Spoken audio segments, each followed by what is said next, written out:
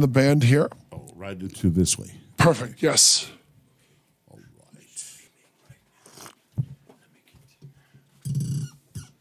Let me bring this down a little.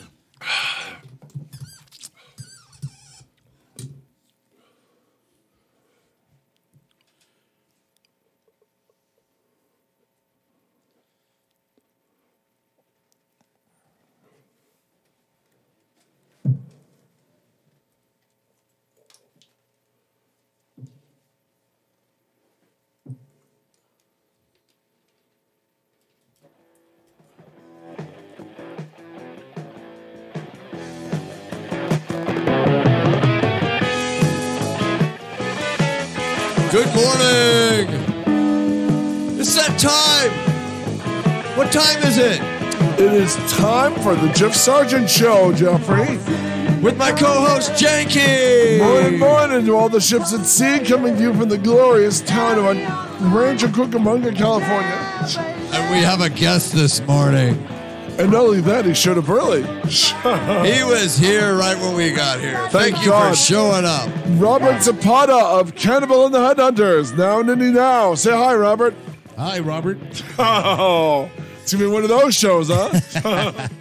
Can I have Robert say hello while I'm drinking water? Hello, hello, hello.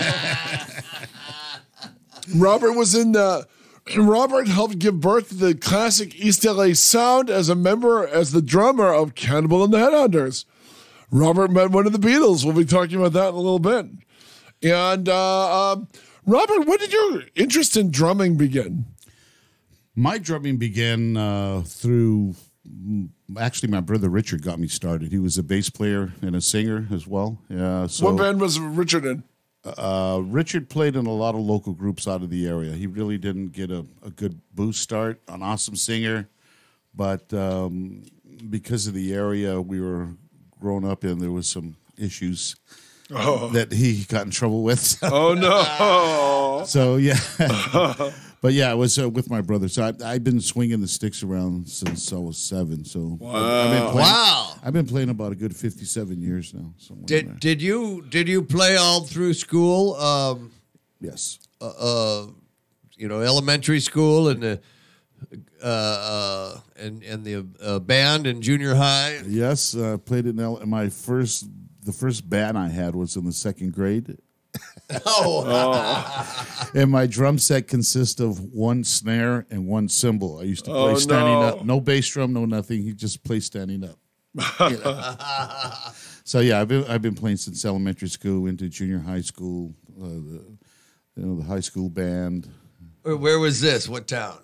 This was in East Los Angeles. I went to Montebello Elementary. Montebello. Wow. Montebello High School, East LA College.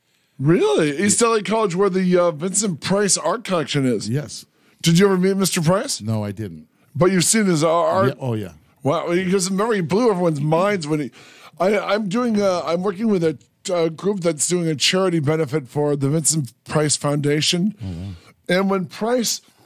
Everybody wanted his art collection. And he gave it to the East LA City College. And he believed in the school. Wow. And nobody had done that. You know what I mean? I mean, so it blew a lot of minds. Yeah, it is, because it's usually out of the norm from anybody west of the 6th Street Bridge to come over to the east side of the 6th Street Bridge. Exactly. That was one of the big issues we had as our groups were forming in our area back in the 60s. Obviously, we all thought we weren't getting the attention that we should have got compared to some of the Caucasian groups, let's say. But it was definitely a struggle to get anybody that can do anything for any of the groups on our side of town to come over to the east side of the 6th Street Bridge. It just wouldn't happen. Wow. Oh. Well, I have to ask, Rob, did you know Frank Zappa at all? No, did not. Didn't get a chance to meet him or anything like that. No, but of course I love his music. And you're 5 minutes away from Studio Z, the studio he owned in Rancho Cucamonga, where the Safaris recorded Wipeout. Oh, yeah. I actually played with the Safaris. Did you really? In 1987, a gentleman by the name of Ron Kurtz and Donnie Brooks, who had the hit record Mission Bells in 1960. By the way, isn't that terrible? Donnie Brooks? That has to be a fake name. No, Like Donnie Brooke is like a fight. That's kind of like his stage name, you can say. He did a lot of movies with Raquel Welch back in the day. And Lucky man. Yeah. At the height of her powers. Very lucky man. Yeah. Yeah. And so, we've been doing a lot of things with Donnie Brooks and Ron Kurtz back then. In '87, they built a tour called 30 Years of Rock and Roll. Wow. And we actually did that for 9 years. Which would have been 40 years of rock and roll. Yeah. Now he wants to do one next year called 50 Years of Rock and Roll. We were trying to thinking we could do it with some of the artists we did with back in the day, but a lot of them have passed away. Al Wilson's passed away. Tiny Tim's passed away. Oh, yeah. Cornell Gunther's passed away. Pat Upton, who did I Love You More Today Than Yesterday, has passed away just a year ago. So, it's you have to be real creative on trying to get some of these shows back up again. But, yeah, we did that tour for like 9 years, from '87 through, I think it was '96 or somewhere in there.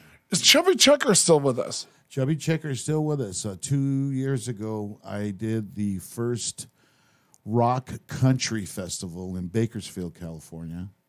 Leon Rimes was on the show. Really? Denny Lane, Ambrosia, and Chubby Checker. Wow. And it was one kick butt show. It was a great show. Is that fun to do something like that? When you do a concert like that, everybody is seeing Cannibal and the Headhunters for the first time.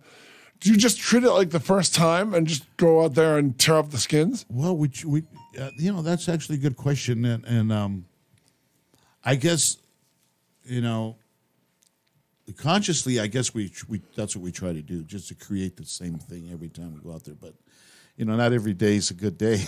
So you don't wake up feeling the same way every day. So some shows are great, some shows are depending on. Because there's a lot of factors in there. Sometimes you don't get the sound system you should get, and other things go on that kind of take your train of thought off to the performance of the show, But we just try to do the best we can every time we put on the show and make sure that they get up off their seat and dance.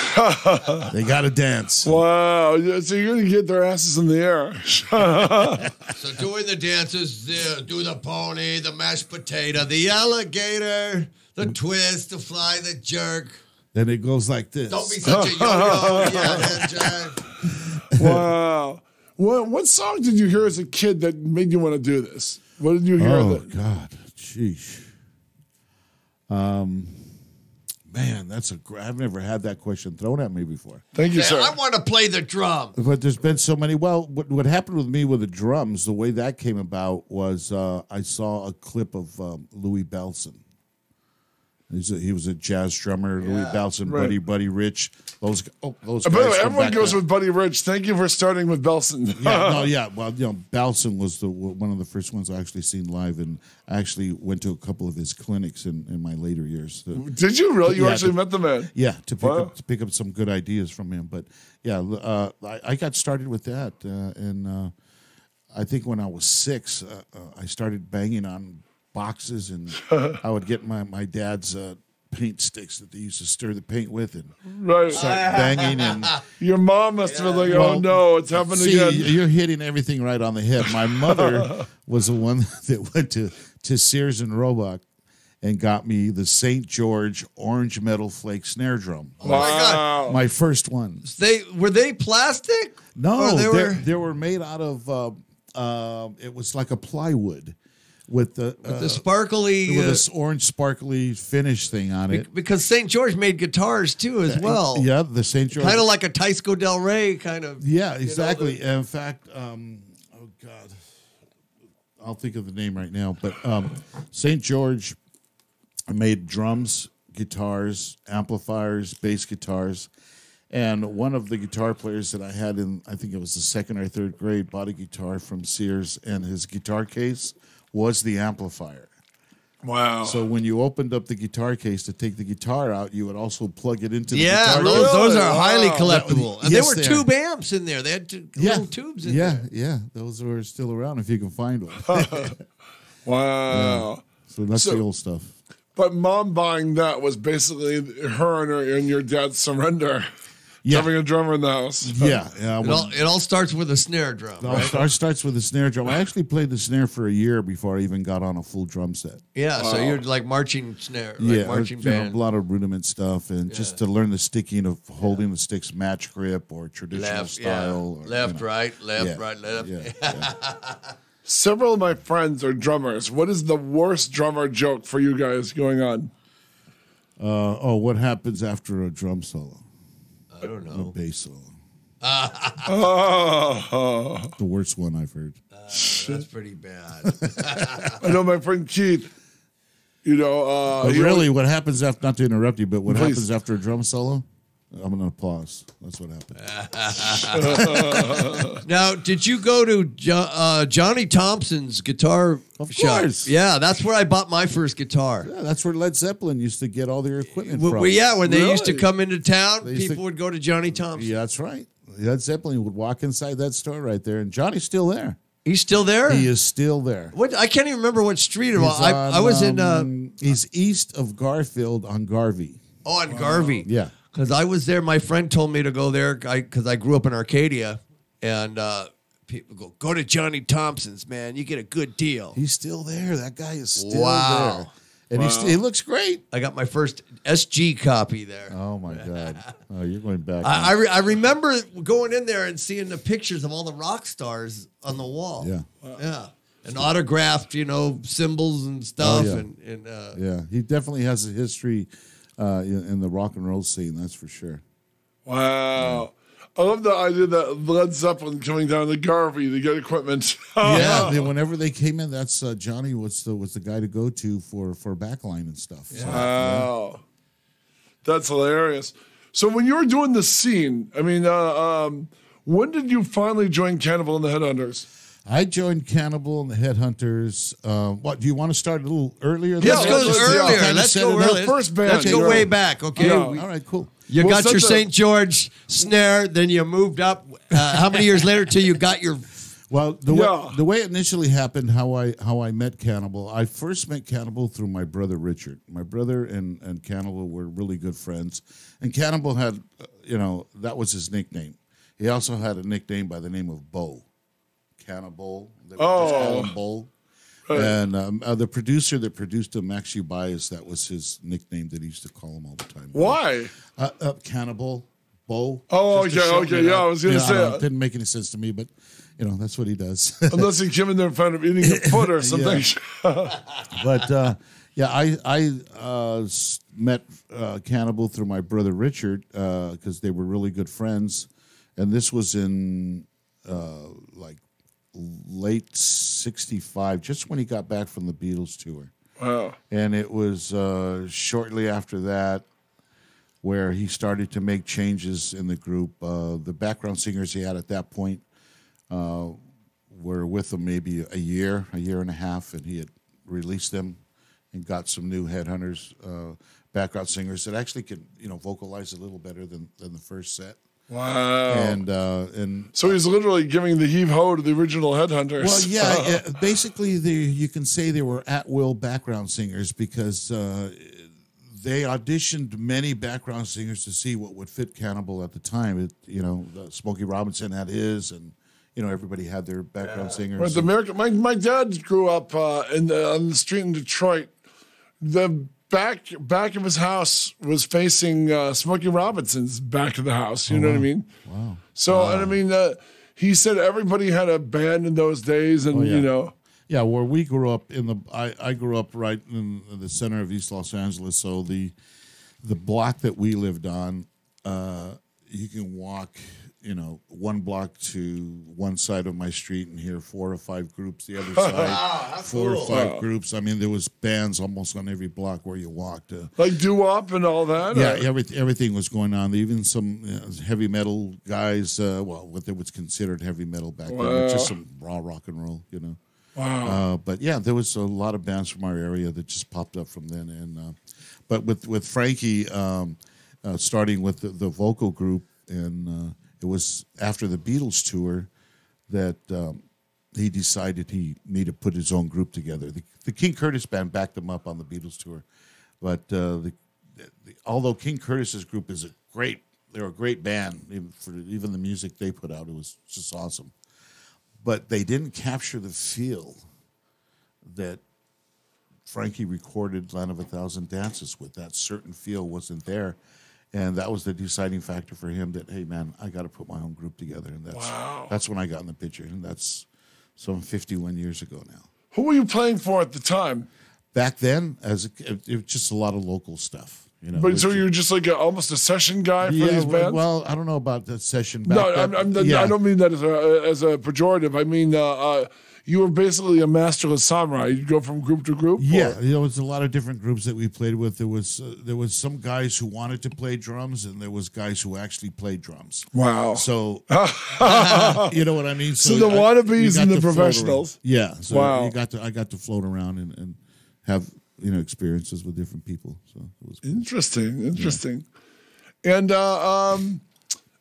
And tell us about some of the groups you would drop in for. Who'd you fill in for? Anybody really famous? Well, yeah, we've God, there's just so many. We've probably not only played with on the same stage, but backed up over 120 acts.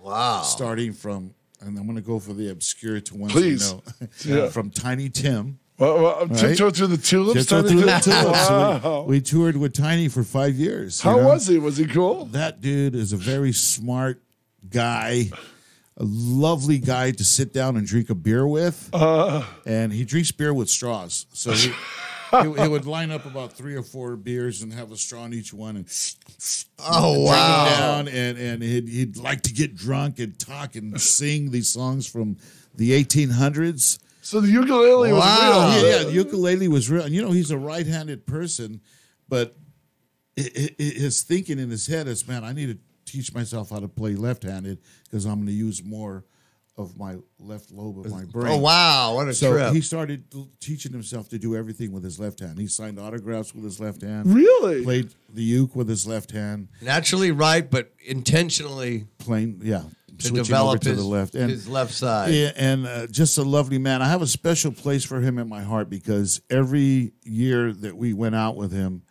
when the tour would end in late September, early October, we would be out for like 3, 4, 5 months at a time. And I would always get a Christmas card from him. I have every one of them at home. Wow. Every one of them signed by him. But a lovely guy, and we opened up for Jerry Lee Lewis. Got to hang out with him backstage. You hung with the Killer? Yeah, you didn't get to see the pictures on the internet that. I did. I thought it was Yeah, really we well. have a picture, and I'm sitting there quietly in his dressing room. He was, a little tipsy because he likes to drink the spirits, and he tells me, "Hey, you young man with the earring over there, come here. You want a photo? Yeah, sure. Let's take a photo. Are you ready? You cameraman, you ready? Here we go. 1, 2, 3." Wow. I have that picture, and it's all over the internet. you got to find it. No, it's a beautiful shot. It was a beautiful shot, I'm telling you. And a lovely cat, a little on the crazy side, everybody said, but I love that. You got to be crazy to be in rock and roll a little bit. Oh, yeah. You know what I'm saying? So, but besides that, we also had the pleasure of playing with Chuck Berry at the Riverfest in Minneapolis. Wow. Chuck Negron of Three Dog Night. Wow. Bobby Kimball of Toto. The original Plotters, Coasters, and Drifters. Seriously? Bobby Boris Pickett. You played with Bobby Boris Pickett? Oh, of course, the Monster Mash Wow. guy. His favorite thing was... Oh, gotcha. Of course. But it's legal in California now. So yeah, love if it. Bobby, if you were still on this side of the grass, you could smoke for real. Yes. Wow. Unfortunately, he left us, but I'm sure he would have loved the new laws.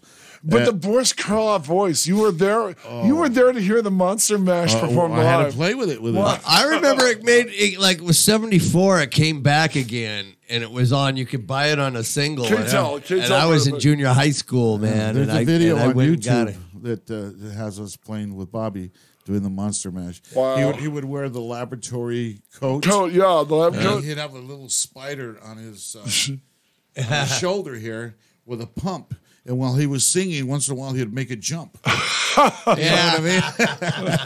That's great. It was funny. It was crazy to party with him too because he just a lovely guy and a great actor. Yes, yeah. Really a great actor. He's in the Jim Wynorski B-movie, Roger Corman classic, Transylvania Twist, where he literally performs the Monster Mash. Yeah. Did you work with him on that? No. That would have been great if we had the opportunity to do that, but no, we didn't. But there's been so many. Mary Lee Rush, Angel in the Morning. Wow. We toured with Mary Lee, and she's a ball of fire on stage, I got to tell you. Yeah, she did the original. Juice Newton brought that song back, but Mary Lee Rush did the original version of Angel in the Morning. The original version. She's living up in Seattle, Washington. She is a dog trainer. She raises a particular type of dogs. I can't remember. Shelties? I think something like that. Yeah. I can't recall, but yeah, she's a huge That's amazing. dog breeder. Yeah. Wow. Yeah. Dog breeder up in Angel in the Morning. That's amazing. Yeah. Have you ever been on Breakfast with the Beatles? No. We tried a couple of times, but some of the radio stations that are considered mainstream, right? They won't give me the time of day. Kaotic Radio will give you the time of day, baby. You're always welcome here. On the Jeff Sargent Show, we want Robert Zapata. We want the real radio stations, and this is one right here. The ones that invite anybody to come on that has anything to do with any kind of rock and roll history. That's right. Not just the A-listers, but everybody. You have to give birth to East LA Sound, man. You're more than welcome. Oh yeah, thank you, man. We're that East LA sound that everybody keeps talking about was started by one person, Max Ubayas. Back in 1961-62, he's a guitar player from the area. Wow. And every guitar player that grew up on that east side of the 6th Street Bridge wanted to play like this cat. He turned out to be a great songwriter and even more so a great producer. He's the one that produced Land of a Thousand Dances for Cannibal. Yeah. It was first on Rampart Records, the first release, right? Yes. And Rampart being by the old hospital out here, Yeah, Rampart Records, I am not exactly sure where it was located because they had a couple of different spots at the time. But yeah, Eddie Davis was the owner of Rampart Records, the CEO, so to speak. Yeah. How was it hard to get paid in those days, Robert? Nobody got paid in those days. Wow. I mean, back then, everybody was kids and, 15, 16 years old, and you had this older gentleman giving you an opportunity to record in the studio, and you were more wowed about being in the studio than about being paid. Yeah. So back then, it was the music business, but we knew more about the music than the business back then. Which were, if we knew then what we know now, we more than likely probably would have got paid. Wow, yeah. But nobody got paid back then. Eddie Davis just let Max Ubayas and Mario Penacqua and a few other people that would come into the studio and use it, and he would try to capture certain things that sounded good, and the things that didn't, he'd leave them alone, but he would actually press them into 45s and sell them out of his trunk and put the money in his pocket. Ouch. And nobody else ever got paid. So, the typical kind of thing that went on back then when, kids have something to sell and you don't want to let them know. Wow. So that's amazing. Now, did you think, because you were first generation rock and roll, did you think it would last?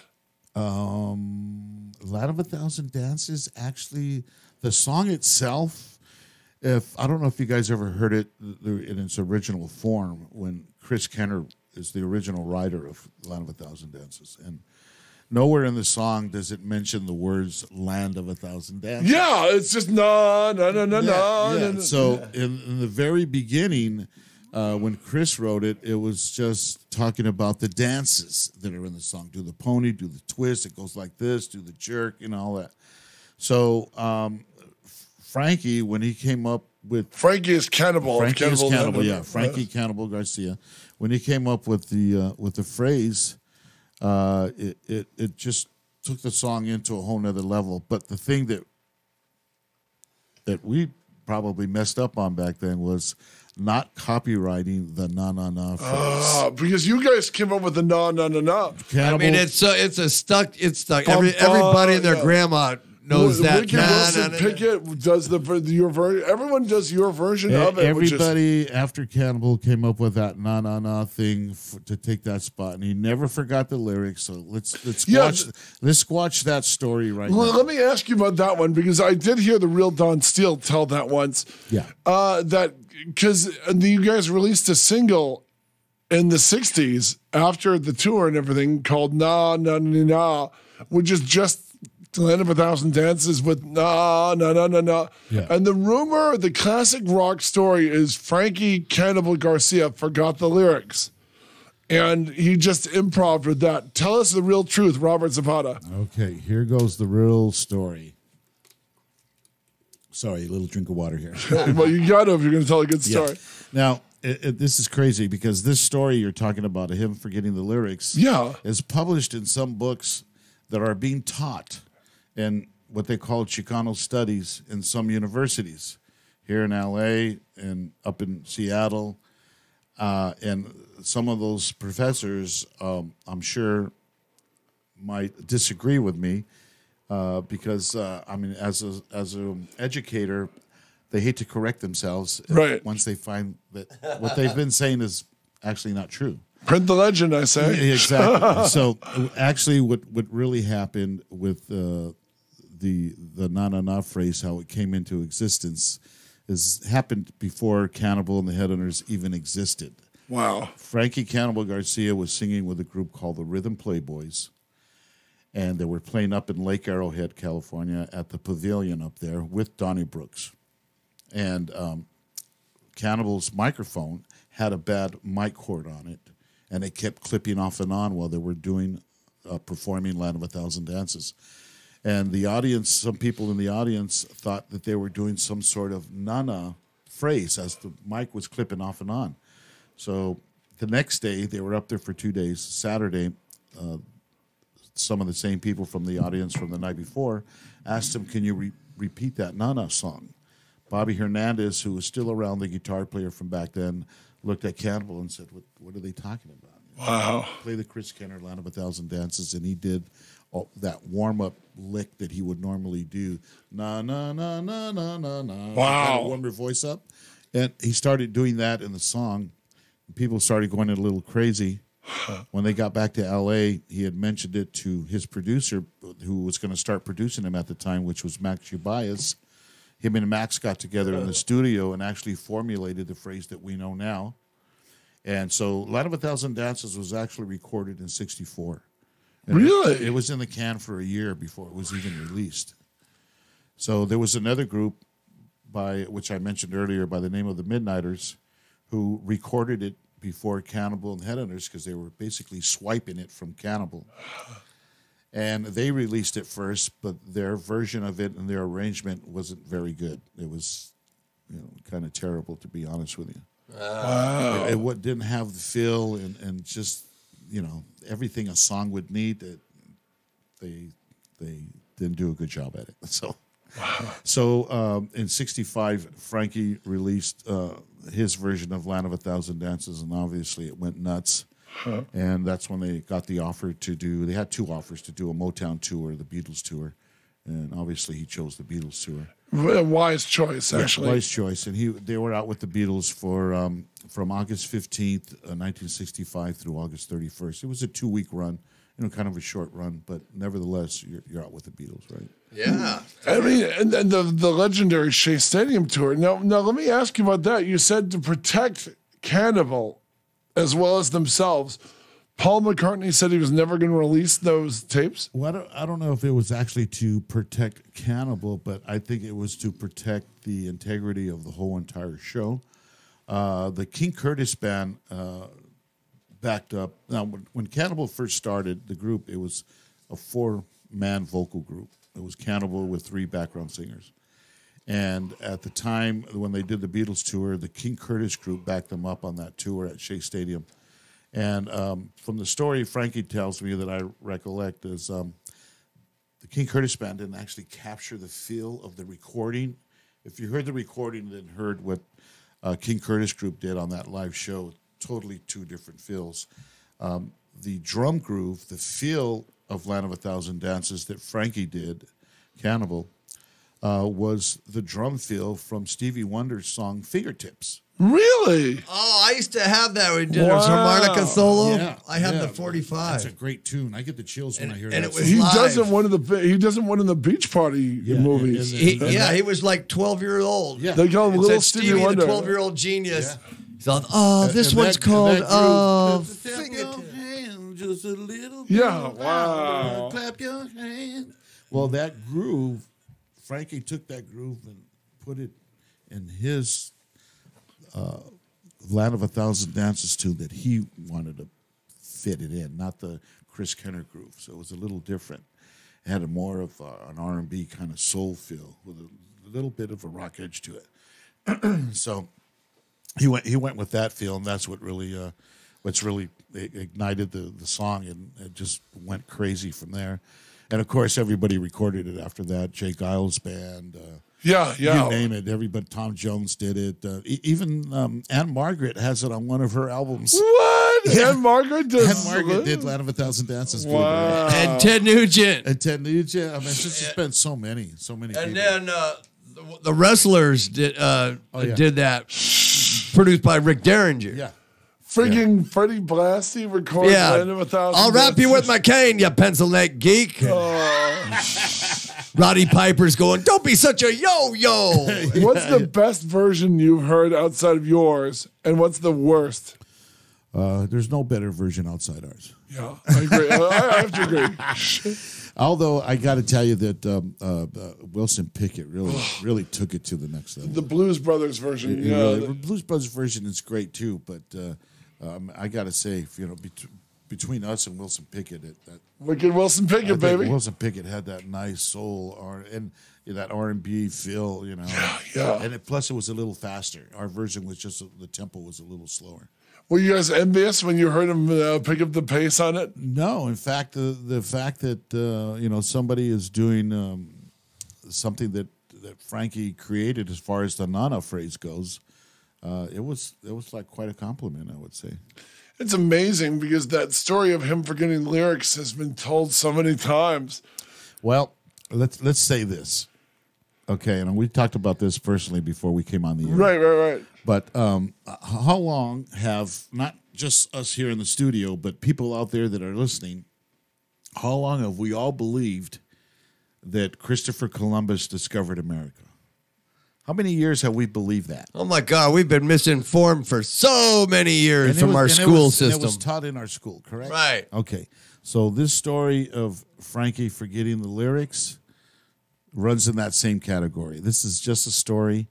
It was when Frankie and Max Ubias finally created the Na Na Na line, Eddie Davis, Max Ubias, and Cannibal got together and said, we got to create some sort of mysteriousness on how you came up with the na na na phrase. So let's just say you forgot the lyrics and all of a sudden you started doing na na na.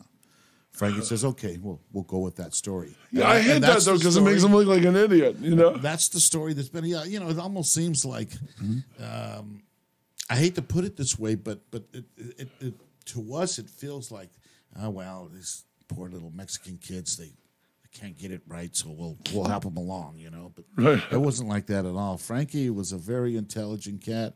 He was an educated man, right? And all the years that I played with him, not one time did he ever forget any lyric. Wow. In any situation. So this thing about him forgetting the lyrics and all of a sudden coming up with a Nana phrase, that's a folklore story. Yeah. It's urban folklore, man. And that's all it is. It was just to create something mystic around how the phrase was created. Wow. And for the time, it worked. And that story had been out there so long that it became true. So now, myself, along with Max Ubias, Mario Penequa, Bobby Hernandez, Johnny Gonzalez, and these were all guys who were there when this happened. Wow. This is all this historical stuff is being corrected now. So this interview here and one I did recently a few weeks ago on iHeartRadio runs in the same discussion, and just to get history straight now. Yeah. We weren't just a bunch of dummies. We kind of knew what we were doing. Now, Casey Kasem told me about the parking lot tours all the bands would do, and he says, as the DJ who, you do like the sock hop in the parking lot, and he told me that they would hand him a bag, like a lunch bag full of dollar bills, like he'd have $10,000 in his hands, literally handed to him. What was that like for you when you do these weird little tours? Would you guys? I've heard Donna Lawrence told me sometimes the girl groups would hook up with the boy groups and all this other stuff. Would that happen? That would go on, but it was kind of back then. It was kind of a strange thing because you didn't really those parking lot things. You didn't play on any kind of stage. You'd bring a truck with a flatbed thing on it. And you'd set up on the flatbed part of the truck and they'd put some kind of long column, whole standout PA systems, and try to get some. Something out of that, but yeah, it was a weird thing. We used to do them at. You remember the old white front stores? Yeah. Oh my gosh. Back in the '60s. I've heard of them. They were long gone by the time I got here, but they were. Okay. We had them right here in town. Yeah. But I heard white front was where Toys R Us used to be and Target. Yeah, Is that true? It just had this big arch. It was kind of like Edward Scissorhand. Everything kind of generic. Right. Play, they all had that's that. where we would play. It would be on a Saturday parking or Sunday afternoon. They'd set up a truck in front of these places, and even Styled after like boomerang furniture back then, There was another market that we did it in. Food Giant. You remember Food Wow. Giant? Oh yeah. We're going back now.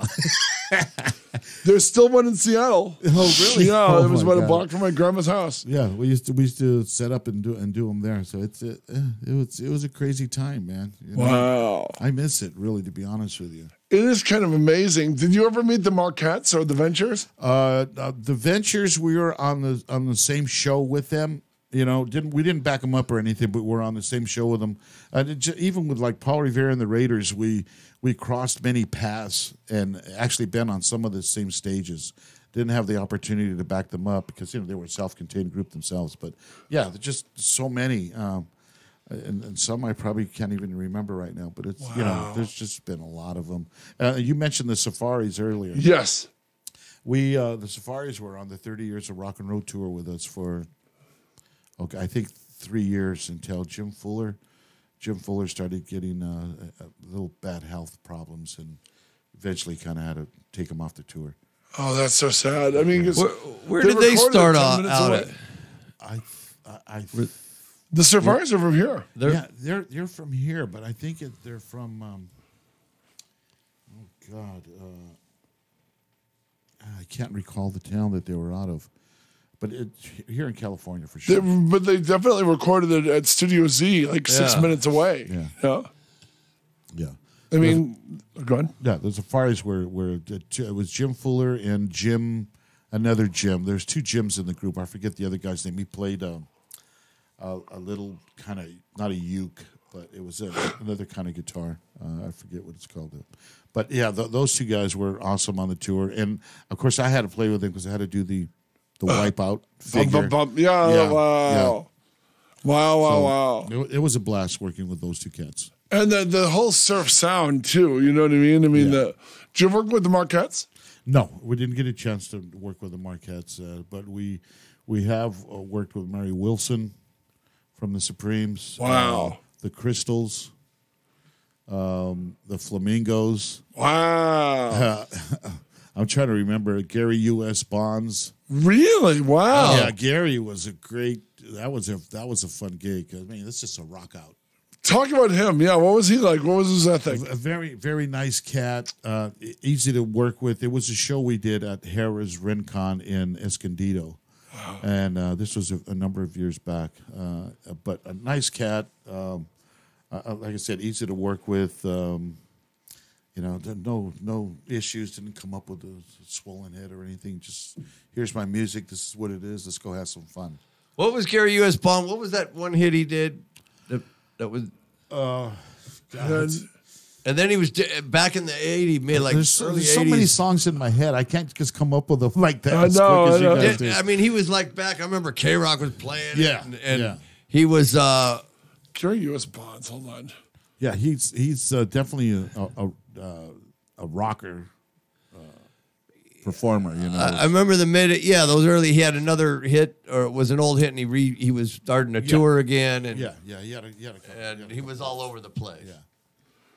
Let's see, Gary U.S. Bonds, because he did the song for like in the 80s. He did the song for like a movie. Yeah, for a Patrick Swayze, Jamie Lee Curtis movie. Hold on. You'll find it. Yeah, well, definitely. My forte is usually movies and TV, but music is interesting. Okay, Gary, U.S. Bonds, New Orleans, 2:45 was the song he was known for. There you go. Wow. I can't remember how it went. How did it go? I'm up till 2:45. You know that one? You know if you heard it. Hold on. Bunch of old guys here with bad memories. Gonna be a hell of a tour. Yeah. Oh. Well, you know what's interesting to me is like because Cannibal and the Headhunters is so iconic. Were you amazed when they made the LA Weekly had a cover story on you guys like 4 years ago, just on the flips and twists? You were like the East LA Beatles, which I thought was kind of interesting. Well, it depends. That LA Weekly article you're talking about was. Do you know who the author was on some of that? That I don't. You know, Okay, because there are some stories out there that claim that the group had broken up in 1967, and this group has never broken up. Wow, Never. The only one time where we took some hiatus time off was the 2 years that Frankie was working at the hospital. He wanted to become a nurse, or get into the medical field. And we were talking about this earlier. So he started working at East Los Angeles Doctors Hospital as a cook to start to get into the medical field. From East LA's Doctors Hospital, he advanced over to USC Medical Center, where they were doing research on the AIDS virus. Right. Now, some people know, a lot of people probably don't know, but he was a gay man, and he passed away from the HIV virus. But it wasn't from, any kind of physical activity or anything like that. The research that they were doing on AIDS up at USC Medical Center, he was a co-research analyst in that project, and he got pricked by an infected needle. wow. And that's how he contracted the AIDS virus. Oh, that's terrible. Yeah, You know, yeah, it was a bad thing, and that's the year. That was the late part of '82. so right at the beginning when it was grids. Well, it was starting to pick up. We were starting to get a second wave, another wave of gigs that we were doing. So in '83, we did that. There was a club in Hollywood called the Club Lingerie. I don't know. Oh, yeah, I've been there many times. Okay. I saw the great Cynthia Garris play there. I used my brother's ID to get in, and I remember Cynthia was playing with her band Other Voices, and I watched when I was like 15. I watched two of the most beautiful lesbians making out in front of me. That's how I always remember you, Club Lingerie. How old were you when you saw this? 16, because I just got my driver's license, and my brother threw me his ID so I could see my friend's wife's band. Mick and Cynthia Garris were really cool. He's a writer director. Cynthia's an actress, and they invited me to the gig. And I remember I drove my late brother Tom's old Ford LTD. And I drove to Club Lingerie. I actually dyed my hair black to look like Tom's. I was more of a blonde. And I came in with my brother's ID, and I was so scared. And I got past the bouncer, and I walked about 2 feet, and it was bigger than the bouncer, which helped sell the. Yeah. And the bouncer's hand slapped on my shoulder, and I nearly crapped myself. I always remember this. Oh, no, busted. Yeah, and he goes, and I turn around to see what the guy wants, and he goes, points a thumb at himself, and he goes, "I'm from Michigan too." I'm from Michigan. I was like, "Ooh." Yeah. You're in. I bought my first beer as an underage teenager, and I watched two adorable lesbians make out for most of the So night. what was that like for you? It was incredibly exciting. We didn't have lesbians like that in Detroit. But my first lingerie gig, I think it was a band called Top Jimmy and the Rhythm Pigs. Oh yeah, sure. I remember Carlos Guitarlos. That guy was a good guitar player. Yeah. I remember that group. Carlos Guitarlos. That's a great. Yeah. Yeah, the Club Lingerie was a really cool place. We did it twice in '82. Wow. The last time we did it was in February of '83. And that was with Cannibal and the Headhunters, Los Lobos, and Ruben and the Jets. Wow. And Paul Rodriguez was MC for The the show. comedian. Yeah, Wow. yeah, great guy. And the fire department had came in that night just before the show because it was so packed. I mean, we had a line of people going around down Sunset, up Wilcox, trying to get in. And fire department came in and said that they were going to have to shut it down because there's too many folks inside the building. Well, we had, from what I remember, we had two celebrities there. One was Jamie Lee Curtis. Wow. The other one was Will Chamberlain. Oh, wow. Tell me they came together. Who could miss Will Chamberlain coming in? Wow. Right? So I remember Will Chamberlain talking to the fire department chief, and they had a little discussion about what was going on. I was just watching it from a distance. The fire chief and his crew walked out of the building and left, and the show went on. Wow. We had no problem. So whatever Will the told, Stilts. he came and saved the show for us on that day. That was Cannibal's last performance with us. Oh, that's so sad. That was 83? That was February of '83 because we came out in a magazine called Lowrider Magazine. We had the front cover of that. Oh, yeah. My friend, Broadway Joe Murphy, used to date this crazy hot chick, and she appeared on that magazine three times. Yeah, Sonny, the owner of that magazine, would have some really nice girls. Yeah, boy, oh boy. I met her. She looked like she stepped out of a heavy metal magazine. Yeah, so that was the last show that Frankie did with us at the Club Lingerie there in '83. Wow. And right after we did the show that night, we had a gentleman come into our dressing room who I found out the next day. I found out at the next rehearsal that we had was the manager for Huey Lewis and the News. Really? He was there and he heard us perform that night, and he came to our dressing room talking to our manager. We had a woman managing us back then by the name of Georgie Lynn, Jeff Lynn's sister.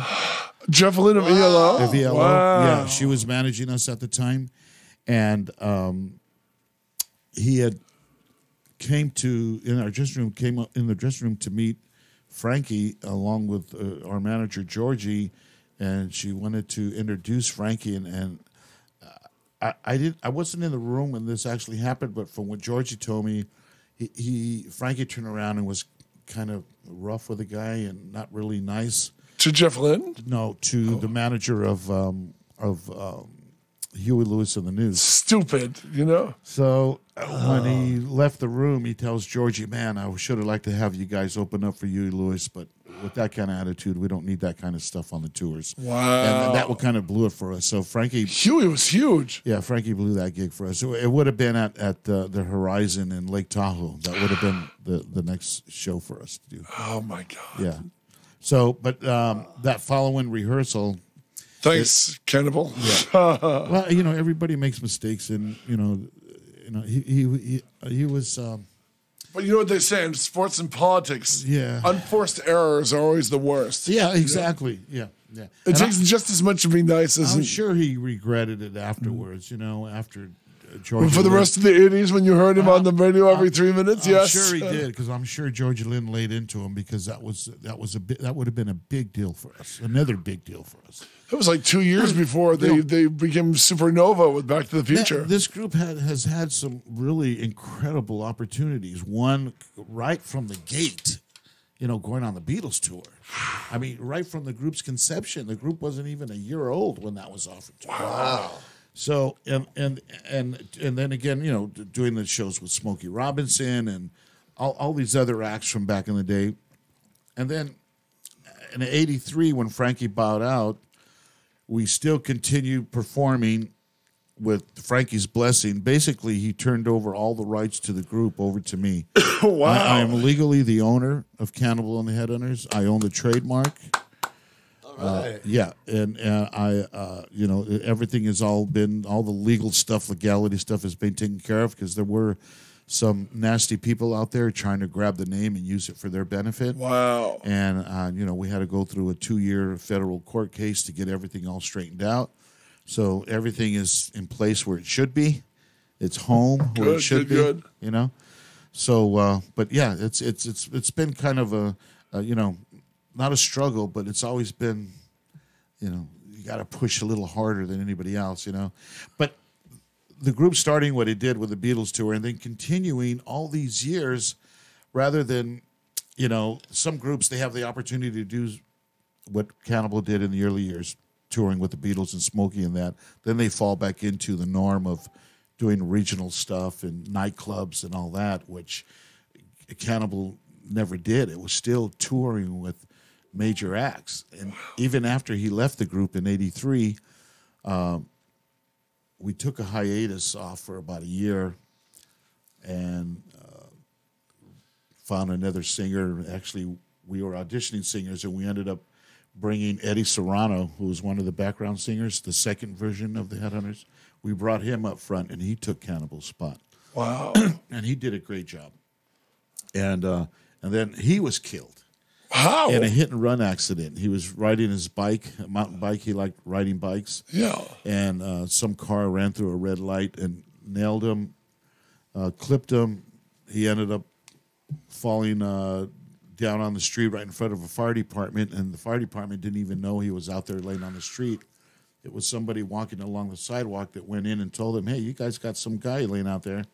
And that was Eddie. Oh, man. What year was that? That was in, Frankie died in 96. Frankie died in 98. I mean, Eddie died in 98. Wow. So it was just a couple of years after Frankie passed. And after Eddie passed, that's when we took a 1 year hiatus off, and I started looking around for other singers. And I have ran into this guy by the name of Charlie Munoz, and he just fit the bill perfectly. So he's been with us almost 20 years now. That's amazing. Yeah, boy, oh boy. Yeah, we've gone through a lot of stuff. But the great thing is that this band continues. It seems funny to me that we still continue to play with some of the artists that we're fans of. Like, for instance, Denny Lane that I mentioned earlier. Wings and also with he did Why Go, he don't did Go you? Now. Yeah, Go Now. He did Go Now, and we've also been out with Joey Mullen from Badfinger. Really? Who George Harrison? Well, George Harrison discovered the group, but Paul McCartney and George, they both produced Badfinger And wrote for them. Yeah. You know? Yeah. I mean, Badfinger alone from the last episode of Breaking Bad, you know? Oh yeah, Where they play Baby Blue. Yeah. And I mean, it was amazing because when the last episode of Breaking Bad came out, the guy who wrote the song was still with us. I think he's since passed. Yeah. And the only one still alive left is Joey Mullen. He's the only one. Wow. And we perform a lot with him and Terry Sylvester from the Hollies. We go out with Dennis Tufano, the original lead singer of the Buckinghams. Wow. So, I mean, you know, there's just a whole bunch of stuff that we're still doing. And, you know, it's a little harder getting up there. We hear our bones cracking and a little arthritis setting into my shoulder, you know. But, you know, are you a 20-year-old kid once you hit those skins? I mean, once you're on stage, are you just, because you must be like a racehorse, you know? I'm home when I'm on stage. That's, you know, sitting behind my drums is like sitting in my own couch. It's your office. It's your own comfort zone. That's my comfort zone. That's my deal. That's when I'm the happiest. I'm not thinking about nothing else except for what's going on right at that moment. Wow. You know, what's happening on stage, you know. And I when I had my heart attack 12 years back, the doctor told me that I probably wouldn't be able to play again. And you know, when you only been doing this your whole life and you That's hear your those cardio, words, man. Dude, I was like, oh man, I busted out crying, and it was just a hard thing to swallow. So, you know, I'm the type of guy, and I'm sure a lot of people are, that, you know, you tell me I can't do something, I'm going to figure out a way to do it. So the doctor said you probably wouldn't be able to perform. You know, it's going to be a little hard on you breathing and all that. 3 months later, I was in Albuquerque, New Mexico, 3 months after my heart surgery, playing at the Hard Rock Cafe with Pat Vegas from Redbone. Well, I know Pat Vegas personally. Pat Vegas is a friend of Jeff's. Yeah. We ran into him at Penny Feathers one night. You know what? Not just Penny Feathers. Jeff goes. Not Penny. No, it's Twain's. Right. It was Twain's. Well, back where our group gets calls from a lot of different agencies to back up certain artists. Yeah. Pat was one of them. He's hosting now. He's hosting a show now too, so you might want to be on his. And so we got a call to it. So it's Cannibal and the Headhunters band, and we're backing up Pat at the Hard Rock Cafe in Albuquerque, New Mexico. Wow! And this is 3 months after my surgery. Oh, so man. I played the first 2 songs, and they came so close together. Boy, I was breathing like it was hard for me to get my breath. So I told the stage crew that I'm going to give you a sign if I think I need air. So they brought over an oxygen tank, and they hooked me up with the line, into my nose and all that. Right. And I did the rest of the show with the oxygen tank on. Wow. I just told Pat to, give me a little more time in between each song so I can kind of recover. But I also videotaped part of that night on my phone so I could show my doctor, hey, look what I did. Wow. And, what did your doctor he say? asked me, how did you feel? I said, it was a little breathy. I had to space the songs a little further apart from each other than we normally do, because normally we try to bang them out and hit them hard, a little chatting, and then hit them hard with some great stuff. So I just had to pace it a little more. And here we are, 12 years later, with no second issues. Knock wood. Everything is still working. Thank God. And yeah, thank God. That's for sure. Well, the story of your heart attack is pretty good. I mean, not good, but you told us before the show. Talk about that with your jaw. Because I've never heard the jaw. Yeah, I was sitting at home right after eating some pizza, and that was the last pizza you ever ate. Last pizza. And damn you, Little Caesars. My lower jaw started feeling a little funny, and I started feeling the pressure in my chest. And I told my wife, I think I'm having a heart attack here. So we jumped in the car, and luckily the hospital for us is like 8-9 minutes down the road for us. So we made it to the hospital. I walked in the emergency room, holding my chest, telling them I think I'm having a heart attack here. So as soon as they laid me on the gurney, I just went into full cardiac arrest, and basically my heart stopped. Wow. And I flatlined. So it took them probably a little over a minute, and they got my heart started up again. And then 6 days after that, they did the triple bypass. Wow. At St. Vincent's Hospital, downtown Los Angeles. So that's the last time you've eaten at Tommy's. That's the last time I've eaten. Well, to be honest with you, I did after maybe 8 or 9 years after the triple bypass. I tried vegetarian pizza, but with no sauce. Wow. No sauce on it. Just a lot of the veggies and olive oil, and the bread crust was whole wheat. Wow, that's horrible. And it was actually good. Wow. It was good. It's okay, so I could fake my mind out that you got to convince your mind you're not eating rabbit food. But it was good. I had it in San Diego, and so I do those at home now. I make my own little vegetarian version pizza? of a pizza out of a spinach wrap. And Are you full vegan now? No, I'm not. I still eat meat, chicken, fish, that kind of thing. But and every once in a while, I'm going to be honest. Every once in a while, I'll cheat and have a hamburger. Wow. Okay. I just got to. Sure. You drive by one of those joints that are Tommy's, man, flame broiled. And you see all that coming across the street. Alpha Omega Burger. You got to make a U-turn. But yeah, I will indulge in those once in a while. But I really try to stay on track because since my heart attack, it's going to be 13 years coming this January 6th, and I haven't had any issues, no second problems. No, seriously, you don't want issues. No. I want to try to hang out a little bit longer. My son, who just turned 44, has just recently started his family. We thought maybe he was having a problem, and I told him, Robert, we need to go to the doctor and get your manberries checked because there ain't no babies coming. You know what I mean? 3 years ago, he met this girl, and they hooked up, and I guess they fell in love, and he had his first kid at 40. Wow. So you're a grandpa now. Yeah, well, I'm a grandpa for 7 times. So. Wow, but your daughter's. Yeah, my daughter. You've been waiting for Robert to pay off. 46 now. I have grandkid children from her. But my son now, finally, he's spitting out some kids. So what's your is he a musician? He is a comedian. Oh, you'll find him online. Robert Zapata as well. He's a junior. Wow. Yeah, he does. He's been. Actually, he graduated Montebello High School with a 4.0 grade average and went straight into Woodbury University for architecture in Burbank there.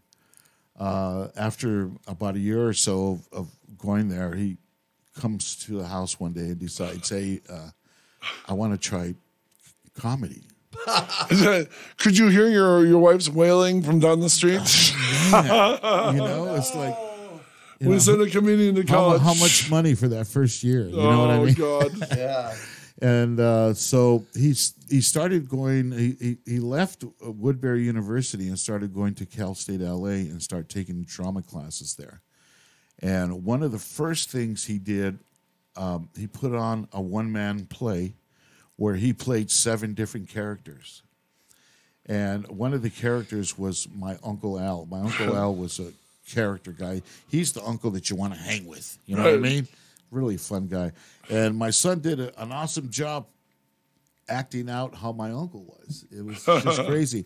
So now he's been doing comedy for just about 20 years now. And has he played the Ice House at he's did the Mills? Ice House. He's did the Improv. He does the Improv here in Ontario. Does the Improv in Anaheim. He just recently did the Comedy Store in Hollywood. He does the Laugh Factory. You know, he does all over. He does Wow. With Chris Reed, Kid and Play from the movie House Party. Yes. He goes out with Chris Reed a lot. Really? Yeah. I'm looking at a picture of your son right now, you know? Yeah, you'll find him there. Yeah, he does the Ha Ha Cafe in North Hollywood a lot. That's where he made his debut, it says. Wow. Here, I'll show you. It's coming up. There he is. Yeah, he's there quite a bit. Wow, look at that. And looks like you. Well, I hope so. Unless the mailman's coming in through the back door. Wow, yeah, he's played with Dane Cook, Paul Rodriguez. Oh, wow. Yeah, he's played John with. Lovitz. He just recently did a show with Dr. Ken from Hangover. Wow, yeah, Dr. Ken with his own show. So Yeah. he probably knows Fraser Smith. Oh yeah, yeah. He's really stepped up and did a great job on this new venture. Well, it's not new for him now, but you know, at first, it was rough going to watch him. Wow. You know, we'd go watch him, and you can see that he's dying up there. Wow. And, you know, you want to help your son. There's something you can do. You know what I mean? It's Your son, the comedian, when he told you he was going to be a comedian, I'm surprised he didn't have a second heart attack. yeah, you ain't kidding. That's it. But you know, I'm proud of the kid. He's making it though. Yeah, I'm proud of him, man. He's doing a great job. And comedy, that's harder than rock. The big kick that I get out of it, this may be a little different twist on it, that I get out of it is that he's growing up with his dad, and I'm growing up with my son. Where I didn't have that opportunity. My dad died 2 days after my 2nd birthday. Wow. So I never knew him. So my mom was my mom and my dad. Now my mom remarried, had a stepdad, but Stepdad's not the same. he's not. though, yeah. He really wasn't there. He was a good hard worker, but he's not the guy to go play ball with you and that Right, kind of thing. You right. know? So that my mother was the mother and the father in my life. So having been there for him, I try to explain to him, man, you don't know how lucky you are. It's just you'd be able to call me, hey Dad, what do you think about this? I've never had the opportunity to call my dad, hey Dad, what do you think about this idea? Isn't that amazing? Yeah. It bums me out. Because I don't know, we all come with no instructions. We have kids, and we do the best thing we have. There's no instruction book, right? I'm sure people probably came up with some now, but in reality part of life, you're born and boom, And your dad is pretty much your Krypton counsel. You know what I mean? My dad's dad died when he was like 6. And so, but my dad always had the answers. And he passed about 5 years ago. And it's like, so you knew your dad for a while. Oh, yeah, exactly. You got to know him into your manhood. he passed away on my birthday. So, you know what I mean? That's crazy. But it's a blessing at the same time. Say, I have no idea what that's like. Wow. Yeah, because you didn't have but he didn't have a dad growing up either. And it's like my brothers and I had this like big Quo Vadis moment after he died where your father would always have the answer, and you can't pick up the phone and call Dad. No. You never had that opportunity. Never had the opportunity. Wow. Even though my mother remarried, my stepfather wasn't the type of guy you would want to get any kind of advice from. Yeah, exactly. Not that he was a bad guy. It's just it's just a whole different. That's a whole nother story in itself. Wow. But the fact that I'm here to. But you're a self-taught dad, basically. Yeah, basically, like I like said, a drummer, a self-taught drummer, self-taught dad. Yeah, so self-taught drummer until when I was 23, I went back to school and took 3 years of music courses to read, music and all that kind of thing. Wow. Because from the age of 7 till 23, I played everything by ear. Really? Yeah. Wow. Well, let's ask you, how many kids do you have? 2. Wow, boy and a girl, $1 million family. I have 3. I have 3, but before I got married, I had a son. Musician. Yeah, It happens. Yeah. Are you in touch with all 3 of them? Yes. Wow, good man. Yeah. My son, the comedian Robert, lives in North Hills, and my daughter lives right here in Rialto. Your daughter lives in Rialto? Yeah. Wow. Do you remember the Rialto driving?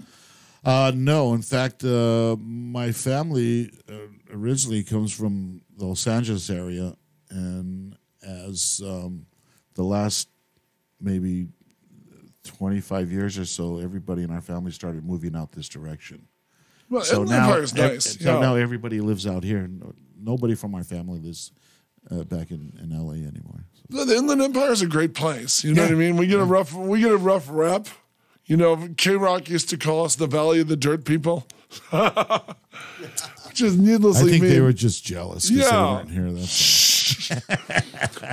Well, remember back in the K-Rock, every April Fool's Day would pull a joke on the Inland Empire. Yeah. One day they got on the radio and told all these kids to cut school because Blink-182 was playing on the roof of Ontario Mills. Well, the Ontario Mills' roof is curved. They can't have a band on it. Yeah. All these kids cut school to go to Ontario Mills, and there was nothing going on. Oh my God. Oh my God. That was Adam Carolla, I think. That figures. That's crazy. That's crazy. Needlessly mean. But when you're self-taught in the original, how fast would it take you to pick up a song? Like again, you're playing with Gary U.S. Bonds or you're playing with Cannibal. How long would it take you to learn a song? Really, not long at all. When you say when we're going to back up a certain artist, for instance, when we first started backing up Dennis Stefano from the Buckinghams, we've heard those songs so many times. Oh, Susan and all that. They other just come naturally. You Kind of already a drag, don't you care? Yeah, kind of a drag. And they're all they're all especially if it's songs that you gravitate towards. You just remember all the parts. They just kind of stay in your head. And when you've been doing it this long, it's the best computer is right here.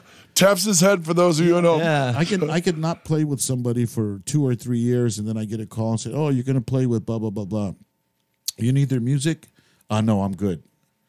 As soon as I know who the person is, it's just like everything just comes back. Wow. And as soon as that first count off starts, it just everything just falls in place. So, if you've been doing it that long, it's pretty easy to get it done. As the drummer, you basically set the beat for any song, right? Well, there's can't dance without a beat. You set the groove, you set the feel, you set the tempo, for the song. As a kid, what were your favorite bands? Oh God, Cream. Wow. Jack Bruce, Ginger Baker, and Eric Clapton. Ginger Baker, man. Ginger Baker, man, the rebel.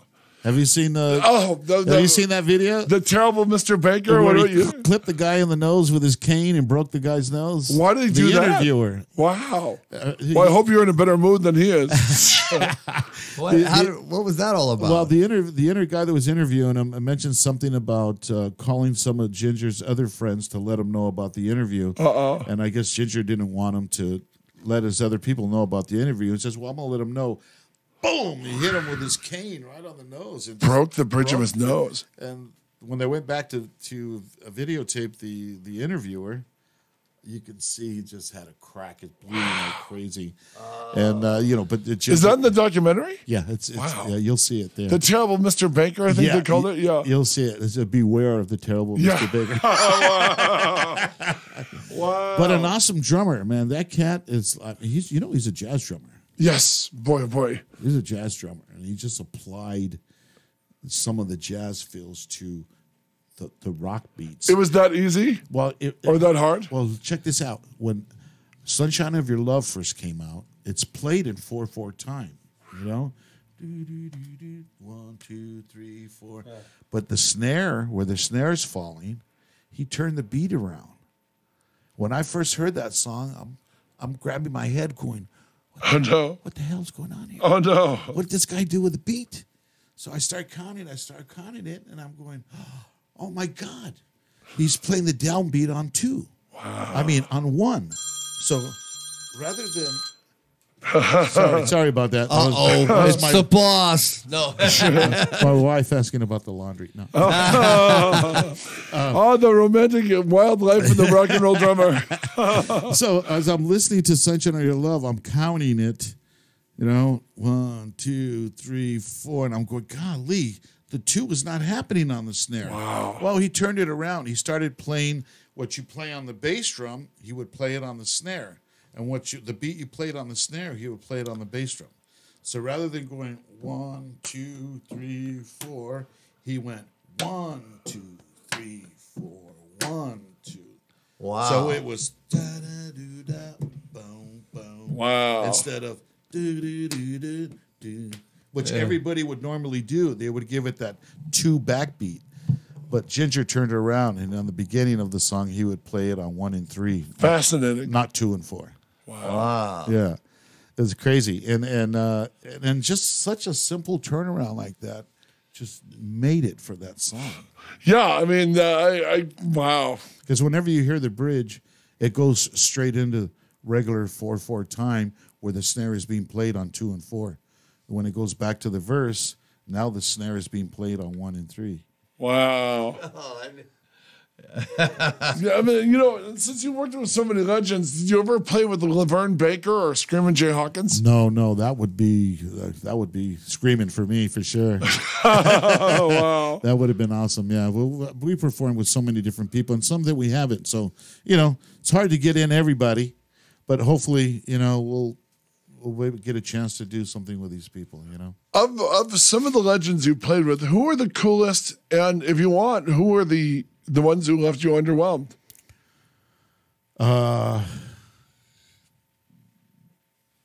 Wow. I would say, wow, that's a good question. Thank you. That's what I aim for. Well, the ones that were really, really cool, the one that was difficult to work with was Chuck Negron. Of Three Dog Night? Yeah, because back then in the 80s and 90s, he still had a drug problem. Wow. So everywhere we went, we played at we played in Syracuse, actually in Buffalo, at a casino there, and I can't recall the name of the casino, but it's right next to Niagara Falls. So we played the casino there, and then we were going to cross over into Canada. But we had to get Chuck Negron on a room on the U.S. side because he was still... Wow, needle, yeah. He was still fooling around with illegal stuff, so we didn't want to take any chance taking him over there. And then we find out that... It'll be 2 Dog Night. Yeah. It'll be one dog in jail. One dog's in the pound. So there was... That was a little rough, having to deal with Chuck's habit back then. And now he's doing great. I mean, the guy's... He's awesome. I love Chuck. I saw him at the Hollywood show. Yeah, 2 shows ago. I know he has I think it's CPOD. He's having some breathing problems. He had his oxygen tank. Yeah, he has his oxygen with him and stuff like that. And but I love Chuck, and I have some history with Chuck because when I was going to school, one of the classes that I had in high school, his brother was in one of my classes. Really? Chuck's brother, Rene Negron. Wow. So when I was on tour with Chuck, the first time we met him when we went out, I told him, "Hey Chuck, I know your brother Rene." He was kind of blown away that I even knew his brother. I said, "Yeah, man," and we talked stories about how I knew Rene from school. But yeah, so we have they lived in Monterey Park, California. You know. See, that I did not know. Wow, Monterey Park. So he was close. Yeah, he was close. Yeah, that's right next to Alhambra. Yeah, Alhambra, Montebello, 60 freeway kind of separates Monterey Park and Montebello. Alhambra used to be home of the best Tommies, man, outside of Rampart. Well, of course. Yeah. It's still the best. It is. Especially if you can get the sauce without a rat's tail in it. Oh, how dare you, sir? Well, there's been a couple of times where they had to close that Tommy's down on Rampart. Seriously? Yeah, the chili fries. Some girl was eating the chili fries, and there was fur in there. Oh no! So it was, there's got to be rats running around when the place is closed. So tattooing. Oh my god, that's hilarious. Tell us your Paul McCartney story. You've got a pretty good Paul McCartney story from the. The one that I was talking to you about, I just had a brief moment of saying hi, so I didn't really get a chance to sit and talk and like that. So it was in and out real quick. So it wasn't what I would consider a nice meeting with Paul. But yeah, we had a chance. But tell us how it's funny. Had a chance to say hi. Bobby Robles, who's a guitar player who plays with the Midnighters, I was telling you about. Mm-hmm. He also played. Bobby Robles is a pretty well-known guitar player in the LA area because he was also played behind Elvis in the Roustabout movie. Really? Yeah. Mickey Jones. I knew Mickey Jones a bit, who passed. Mickey Jones, the drummer. He did, I think he's in Roustabout too, playing, that's the race car movie. Maybe I'm thinking Spin Out. Yeah. There was a scene where Elvis is sitting in it looks like a front room. He's sitting on a couch and he's singing. They're all playing music and there's a young kid right behind him playing guitar. That's Bobby Robles. Wow. His dad worked on that movie. That's how Bobby got in the movie. Really? Did Bobby like Elvis? I imagine he did, he still likes him now, you know what I mean? But yeah, I imagine at that point he really did. Did you ever meet Elvis? No. That was one person I actually wanted to meet before him and John Wayne. John Wayne, wow. I wanted to meet both of those cats before, life takes its course, But I did have the opportunity to play 3 years with the Jordanaires. Did you really? Yes. Elvis's backups? Yes, we did. There was an Elvis show called The Three Faces of Elvis that we were doing for a while, and the Jordanaires were on that show with us. And the producer of the show got a call from Priscilla Presley saying we couldn't use the word Elvis. Really? Yeah, because it's a copyright infringement thing and trademark infringement, and you don't want to cross those lines. No, not with Elvis as a stage. No, yeah, I mean, even with anybody, you just don't want to cross any kind of trademark lines or anything like that. It's just not nice, So we ended up changing the show from the Three Faces of Elvis to the Three Faces of the King. Wow, smart man. There you go. There's a will, there's always a way. a way around.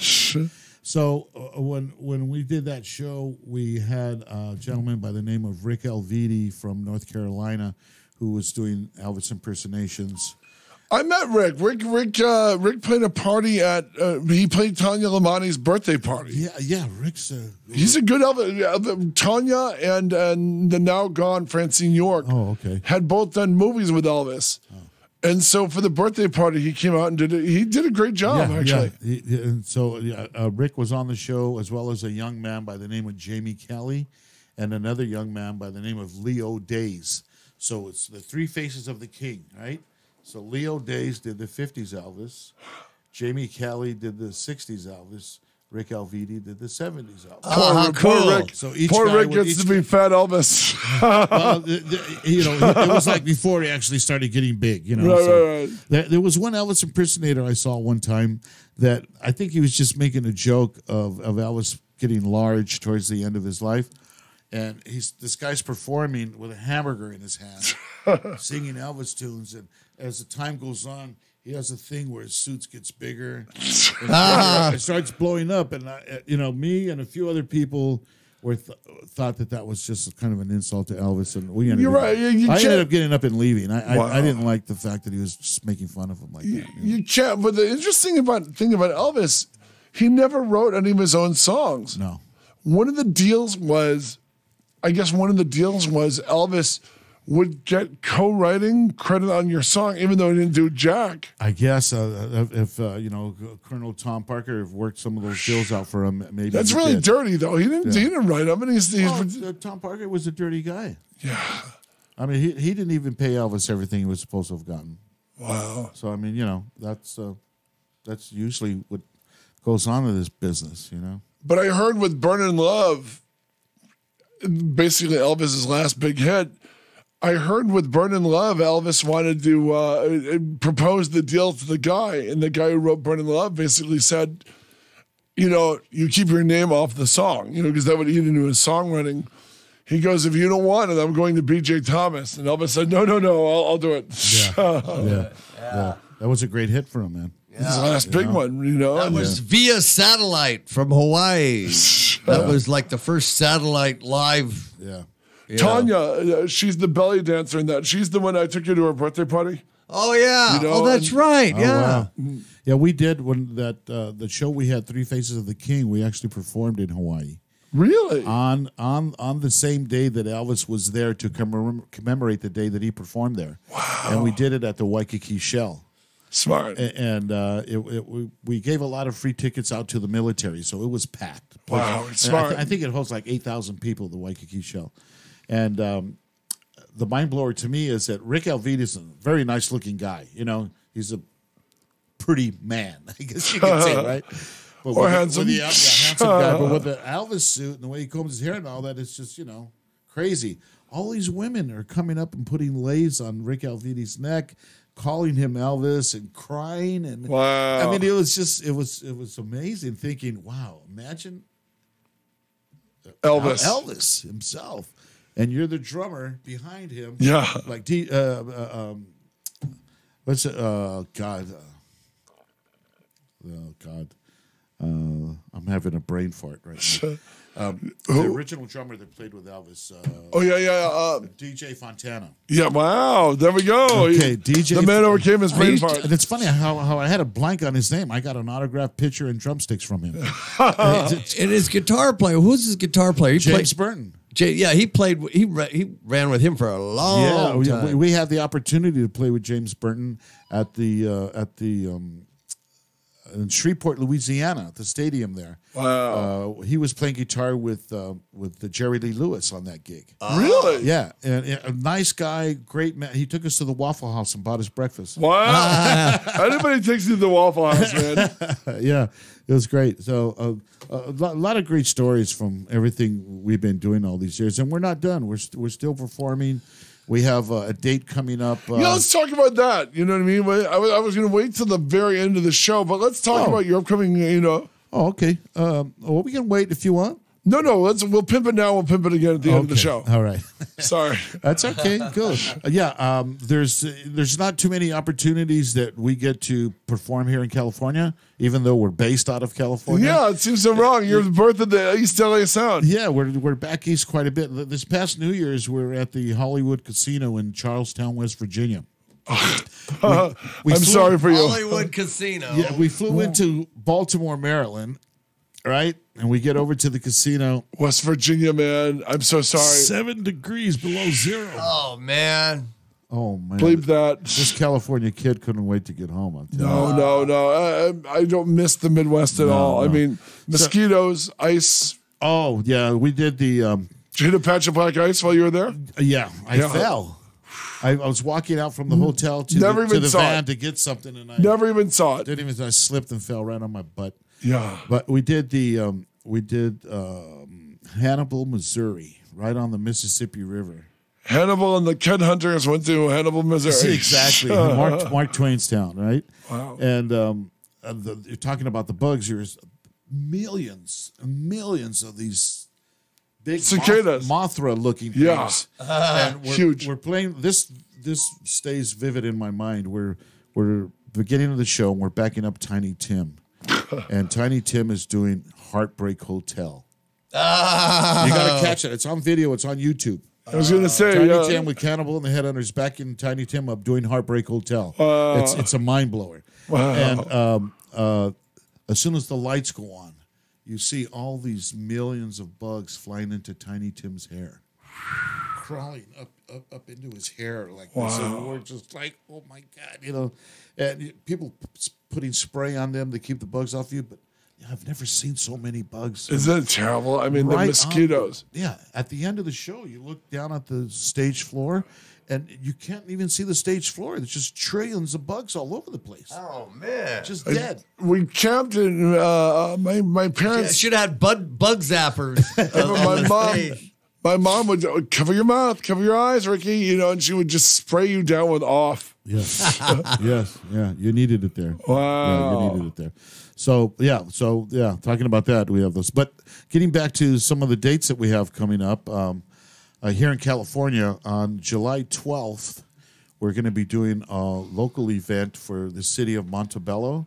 They have a Concerts in the Park series that they have every year. Right. And we'll be doing that July 12th from 6 to 8:30. Wow. And they're going to be raffling off a guitar that's a brand new guitar that's signed by everybody in the band. Aww. And whoever wins the guitar gets to take a picture with the group. Wow. Holding that lucky guitar as well. Yeah, so that's going to be cool.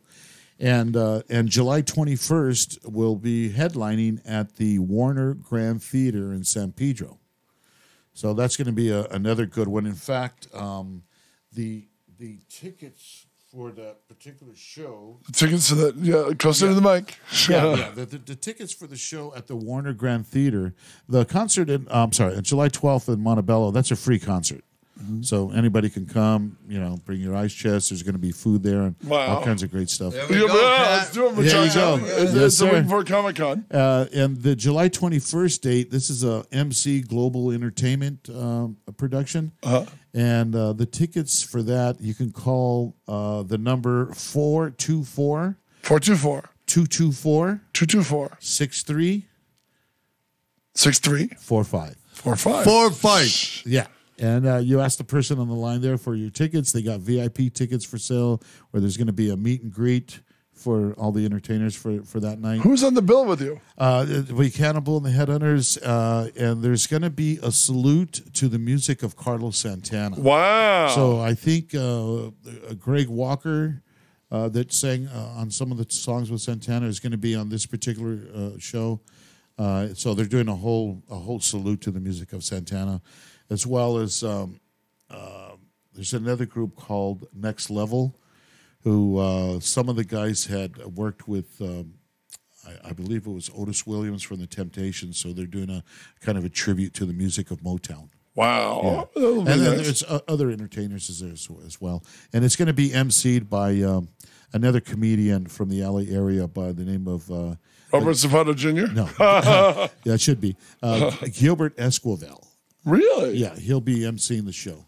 Wow, interesting. He's another comedian that does the Ice House and Laugh Factory and that kind of thing. A really nice cat, funny as heck.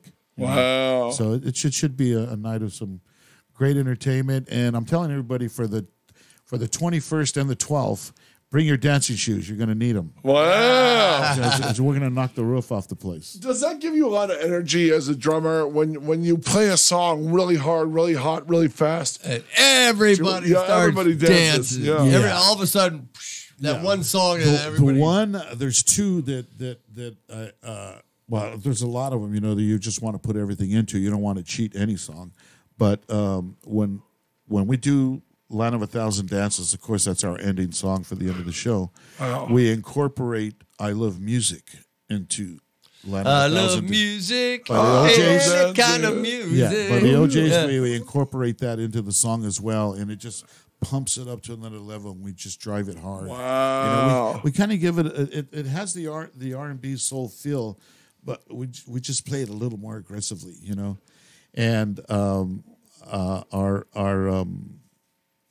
our ending song, once we end it with I Love Music, sometimes they want us to come back out and do sort of an encore. Yeah. So when that happens, I like to pay a tribute to the music of the Beatles. So in our show, we do a small medley of 2 Beatles songs. Which 2? They leave my mind right now. It's funny when I get behind the kit and it's like boom, it all comes back. Muscle memory. One is Hard Day's Night, and the other was I Feel Fine. Wow. So we do I Feel Fine into A Hard Day's Night. And then after we do that, I say a little spiel about the Beatles tour and how Frankie and Paul. I got another letter from Paul McCartney talking about how Cannibal and him became really good friends on that tour. Wow. And, a lot of good stuff that they did on there. So He actually wrote you a letter. yeah, I actually have it. It came from an award that we won back in the 90s. And him and Paul McCartney and Dick Clark had wrote letters, congratulating us on our winning of this particular award. So yeah, those, and we still have those. I share those once in a while on particular things. But the one song for me, that I really like to dig into, of course, the live version, is "Live and Let Die." Wow. So we do that. We do "Live and Let Die." All the horns and everything? I have two keyboard players, so They play every, horns on the keys? Everything is there, and the keyboards nowadays, you got authentic. Bum, bum, you, bum, bum, bum, you got bum, authentic bum. horns. You can even you can hear the breath. Wow. And it's coming from a keyboard player. So these are Really? Wow. These are all real instruments patched into the keyboard. Yeah. I always thought outside of Shirley Bassey, that was the best Bond theme. Yeah. Oh, yeah. The recorded version is a little more laid back and a little. Even Paul, when he plays it live, it's gritty and it's in there. So The Dodger Stadium version I heard him play was just amazing. yeah. So we try to. We try to do our best for that song and not do a shitty job on it. Let's say, we want to really just knock it out of the park. So that song, we really pay attention to every little idiosyncrasy about it. So it's all there.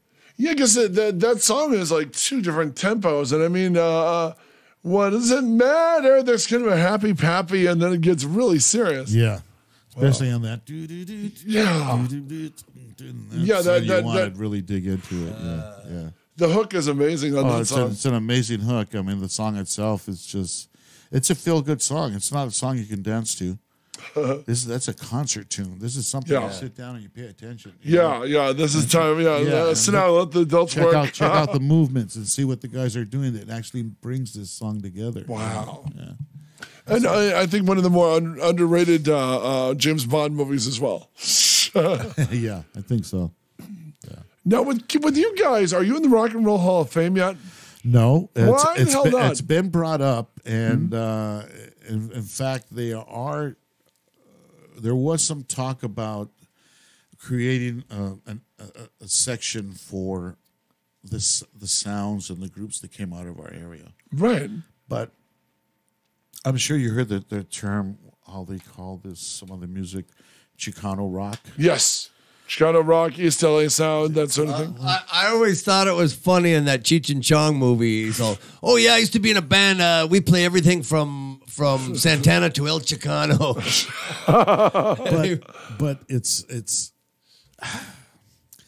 well, if there's listeners out there that Can you help this? Can you help this? Yeah, but I know some people that work in the Grammy area with Grammys and the Grammy organization downtown LA and all that, and we've had the discussion heavily. Wow.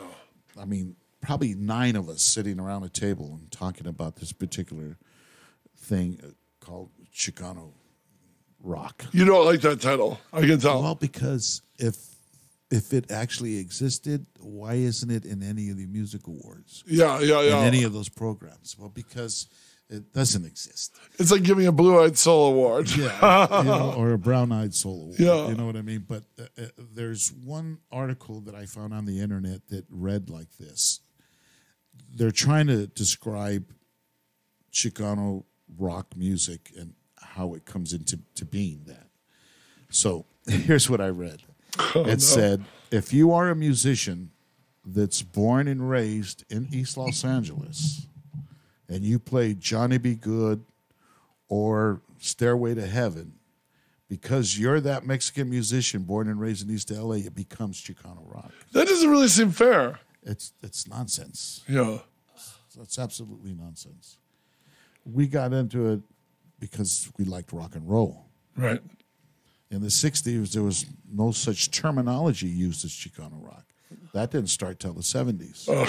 and they threw us in that basket. Wow. We never played Chicano rock. We played rock and roll music, period, with some R&B soul mixed into it, you know?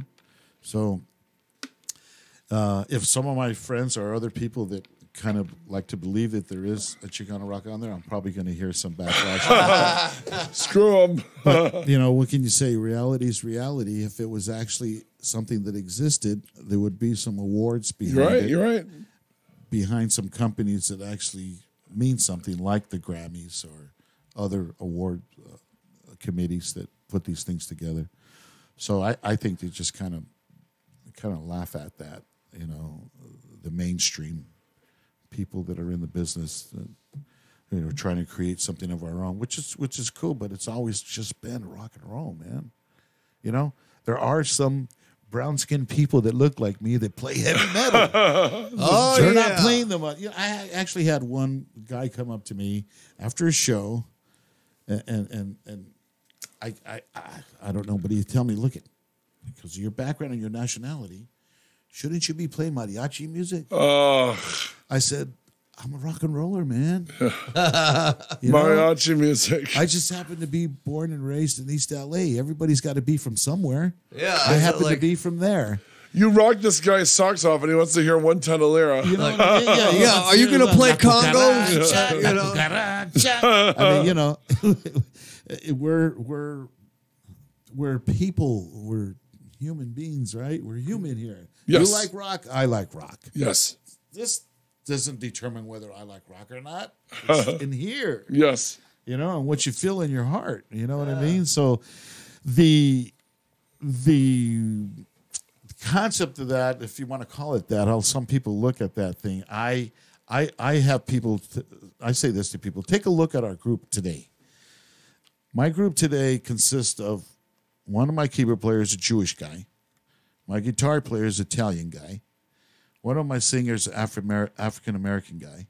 The other singer, Charlie, that took Cannibal's place, is Apache and Mexican. Wow. I'm half French and half Mexican. Wow. And my other keyboard player is full-on Mexican. Okay? So you got all this diverse... You're watering down Chicano rock, man. You know what I mean? Exactly. That's a good one. Here's the thing with that is that you got all these different nationalities. Even my Jewish friend David Goldstein, right? But in this group, we don't see color. We're not looking at the color of skin. We're looking at the color of music. That's it.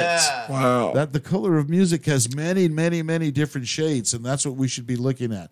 Yeah. Not the person who is providing that music. Oh, what color is his skin? No, I don't want that. Right. I don't want that brown guy playing for my party, or that black guy playing for my party. No. Don't look at that. Just the fact that, listen, we all breathe the same air. Yes. All of our blood is red when we get a cut.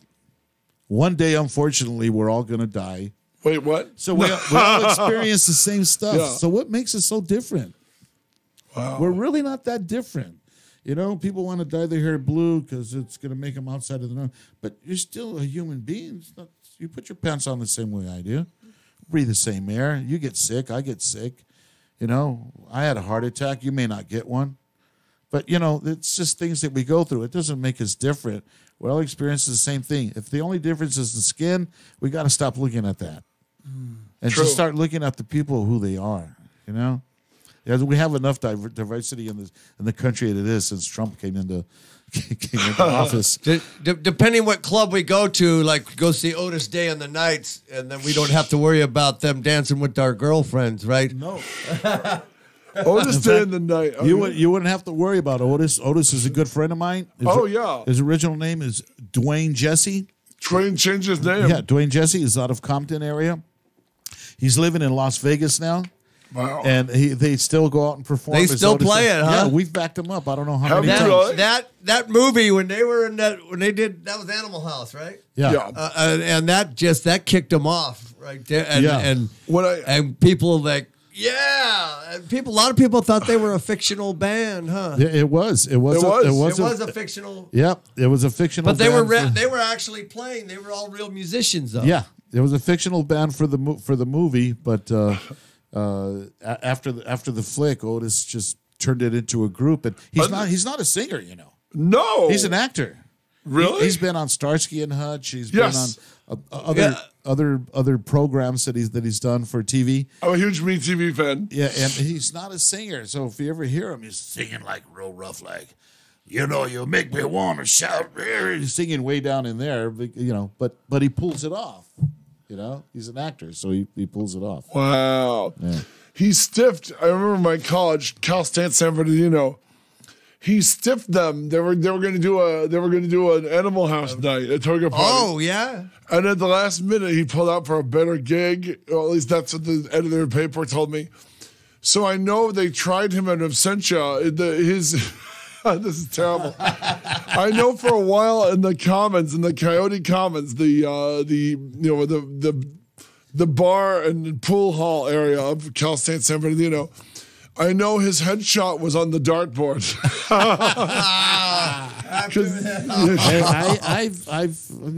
I can believe that story. No, not because he's a bad guy, but I bet you any money it was probably his management or somebody that was in control of it that thought, well, on this gig, Otis is going to get paid, but we're not going to get our commission. Right. Let's do this other gig where he'll still get paid and we'll be able to get our commission. Exactly. Because the management swapped him out, and it was an Animal House Toga Party. Yeah, so. it was more than likely. It was probably something like that. But I know that they tried him in Absentia and found him wanting. Otis is a great cat. We spent a week in Daytona Beach, Florida, because we played for the Canadian spring break out there. Wow. And it was Cannibal and the Headhunters and Otis Day and the Nights. And it was a week of some... What a great bill, to see both at the same night. 2 party bands, 2 party groups that just tore it up.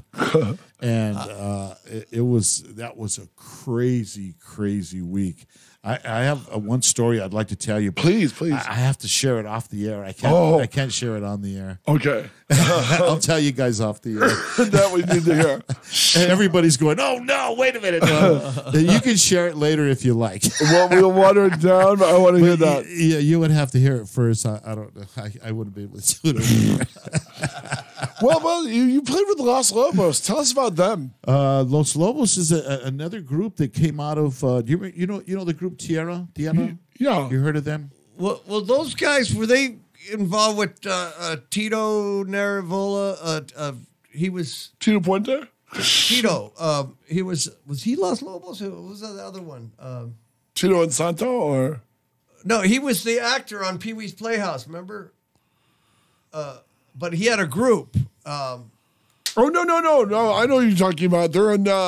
K-Rock was playing. They had a couple. They're from Dusk Till Dawn as well. Yeah. When my brother and I did a couple episodes of Culture Clash. Tito's group was the house band. Yeah. I forget their name, man. But I thought they branched. One of the guys, Los Lobos. There's only 3 guys.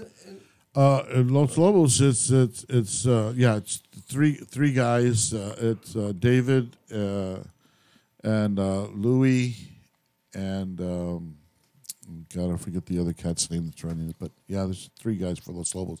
The Conrad Lozano is the bass player, so it's actually 4 guys. The bass player Conrad was originally the bass player for Tierra when Tierra was first starting. Okay. Really? Tell me more. Well, in the 70s, I played with 2 groups in the 70s. Cannibal and the Headhunters, of course. Of course. And the other group was Tierra. So when you hear their first hit record they had out was called Gonna Find Her. That's me on the drums. I did that. Really? Recording. I did Memories, Time to Dance. And their second hit was Together. We used to do that in a medley when we played live, but I actually didn't do that particular recording. Was Gonna Find Her a Coasters cover?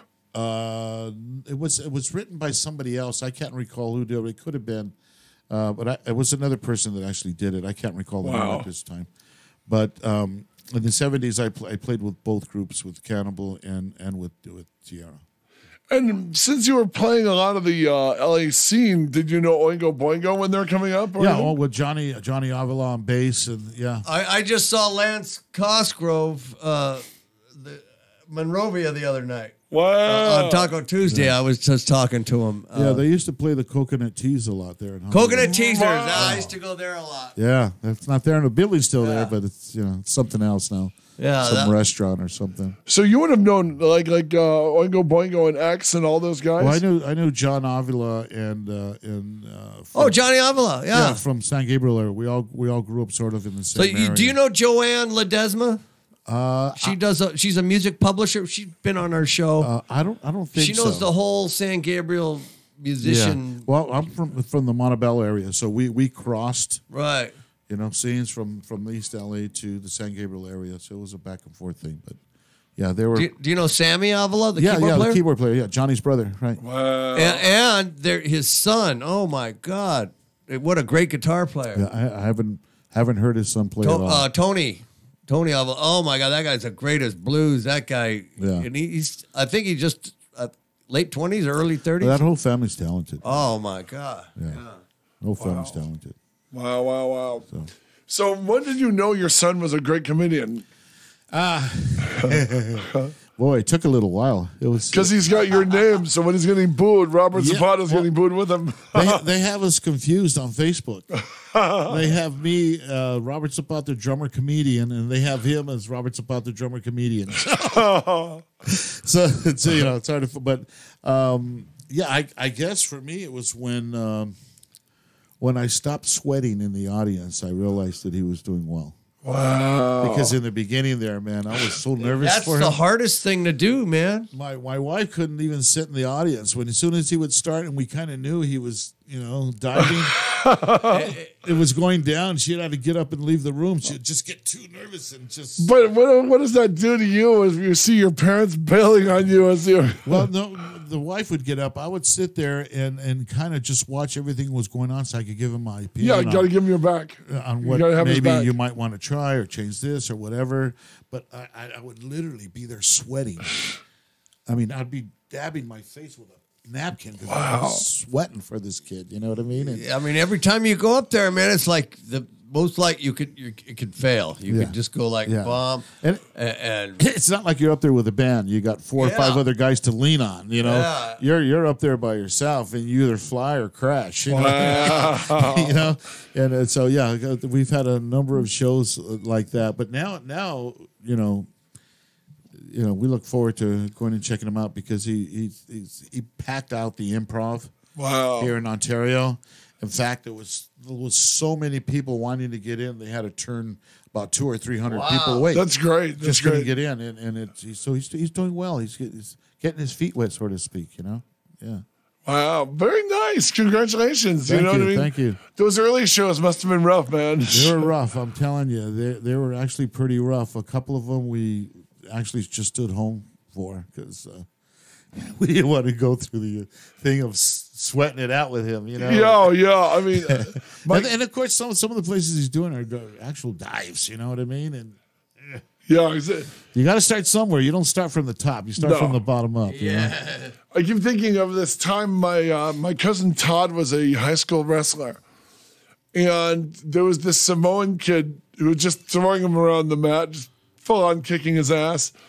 And my Aunt Susie stood up and yelled, "You're killing my baby." And after that, the rest of the team would call Todd baby. A mother's pride. Oh, man, that's what some kid wants to hear. Right? Her heart was in the right place, but that's... oh, my God. That's so funny, man. My baby! Oh, man. My poor Aunt Susie, it came from a good place, but, My mother used to do that when she'd come to some of the early shows we'd do. We did the Hollywood Palladium back in... God, this must have been like, 74, 73, something like that. And, after there was one little song where I had a drum solo at the end, and then there's a big flam where you're supposed to be, flap, boom, and then the song starts again. Well, right when that flam came, that's my son up there. I heard my mother's voice shooting from across the floor. Oh my God! It was the funniest thing. It's a mother's pride, though. It was one of the it was a big show for us that night at the Palladium. So I actually treated my mother, and I rented a limo. I had the limo pick her up at home, bring her to, and so she was being treated kind of nicely, and she was just a proud mom that night. Yeah, she's right. But during that silence, just to hear that. Voice, no. It was something else, man. But you know what? To this day, you'll always remember that. Your mom. That'll never leave my memory bank, man. That's there forever. It's one of those great moments when your parents are proud of you. You know what I mean? Yeah, It's one of those moments where I've thought, a million times over and over again, man, I wish my dad was here. Yeah, I'm so sorry for that. Damn, and he was a guitar player. Wow. He was a guitar player and he sang as well, but I don't know how many times I've told myself that. But he passed away when you were 2. Yeah, when I was 2. 2 days after my... Not the usual story with musician dad. Yeah, I turned 2 on December 10th and he died on December 12th. Wow. Just 2 days after my birthday. I'm so sorry. Yeah, try getting him. I was older than you, and my dad passed on my birthday, so that doesn't count too. No, but you had him. Exactly. You have all these great things, experiences that you had with him. That's what blows me away because you're 2, and I remember my dad's dad died at 6, and my mom always said he doesn't know what growing up. You're lucky to grow up with a dad because he didn't have one, and. I mean, this guy had 5 kids. My father, 4 boys, 1 girl. And he always had the answer. You know what I mean? He made it look easy. And my brother Steven, has 2 little guys now. And he's like, how the hell did dad do it with 5? Yeah, I mean. Well, my mother had 9. Wow. There was 9 of us, 5 sisters and 4 brothers. Wow. When my father died, there was 7 of us. So so you have 2 half siblings? Yeah, I have 2. Which are basically siblings, yeah. Yeah, they're my brothers. Yeah, they are. They always will be, but that's amazing. They live out here in Rialto as well. Do they really? Yeah. They lived in Hawaii. They were in Hawaii for about 20 years, and then they moved back home about 4 years ago. Rialto was famous back in the 80s and 90s because not just the Rialto Drive-In, not just the old New Wave Club. What was that club? What street was it on? Yeah, it was named after the street it was on. I just remember our friend had a foreign exchange student, an Italian guy. He ended up banging the waitress who looked like Madonna. We were all very impressed. It was, what was it? Club something. But there was also, Rialto had the first bakers in the Inland Empire. So it was always a cultural touchstone for that. Right. Back when bakers was the sign of class. Wow. What is the main thing you've learned as a musician? The most important lesson you learned as a musician, Rob? The most important lesson is to protect your intellectual properties. IP, keep your eyes on the IP. Gotcha. Yeah. Protect your trademark name. Don't let any kind of things happen to your trademark name which will create any kind of dilution or watering down of the trademark name, so it becomes less important. Wow. And if you're a band leader like myself, and you want to make sure that the group goes in the right direction, man, stick to your guns and just never give up. I want to ask you, so many times I've seen, like, when bands have a resurgence or they try to get back together, and there'll be no original members and they'll still carry the name. At the Rose Theater, I think it was in, like, Starship was playing, and there was no original members. Like, how does that happen? Like, okay, you're down to 1 original member, so basically you're like a tribute band. Then that 1 original member is replaced, and the band still is going. Well, the way that works is it has everything to do with trademark law. So whoever owns the trademark, right, is the one that's kind of running the show. So if you have a group like what you just explained right now, and say the manager that used to be involved with, say, Jefferson Starship, right? Yeah. Somehow along the line acquired the trademark name. Wow. And he could put any band together and call it that because he owns the trademark name. That's awful. So, but it's a lot of that has gone on in the business. I mean, for instance, Bretton Wood, Boogum guy. all the songs that he wrote. I mean, he only had 2 hit records. Yeah. He's wrote a lot of songs, but only 2 became hits: Oogum Boogum and Give Me Some Kind of Sign. Yeah. Girl. Yeah. Sorry. But the other songs that he wrote have just been kind of, Mediocre. kind of mediocre here or there. But the 2 hits that he had, he basically gave up all his intellectual properties on that. So as these songs are being played, and one of them's being used on a commercial right now. Sign Girl, I think is. Yeah, all give me those royalties and all that stuff goes to the person who actually owns the songs now.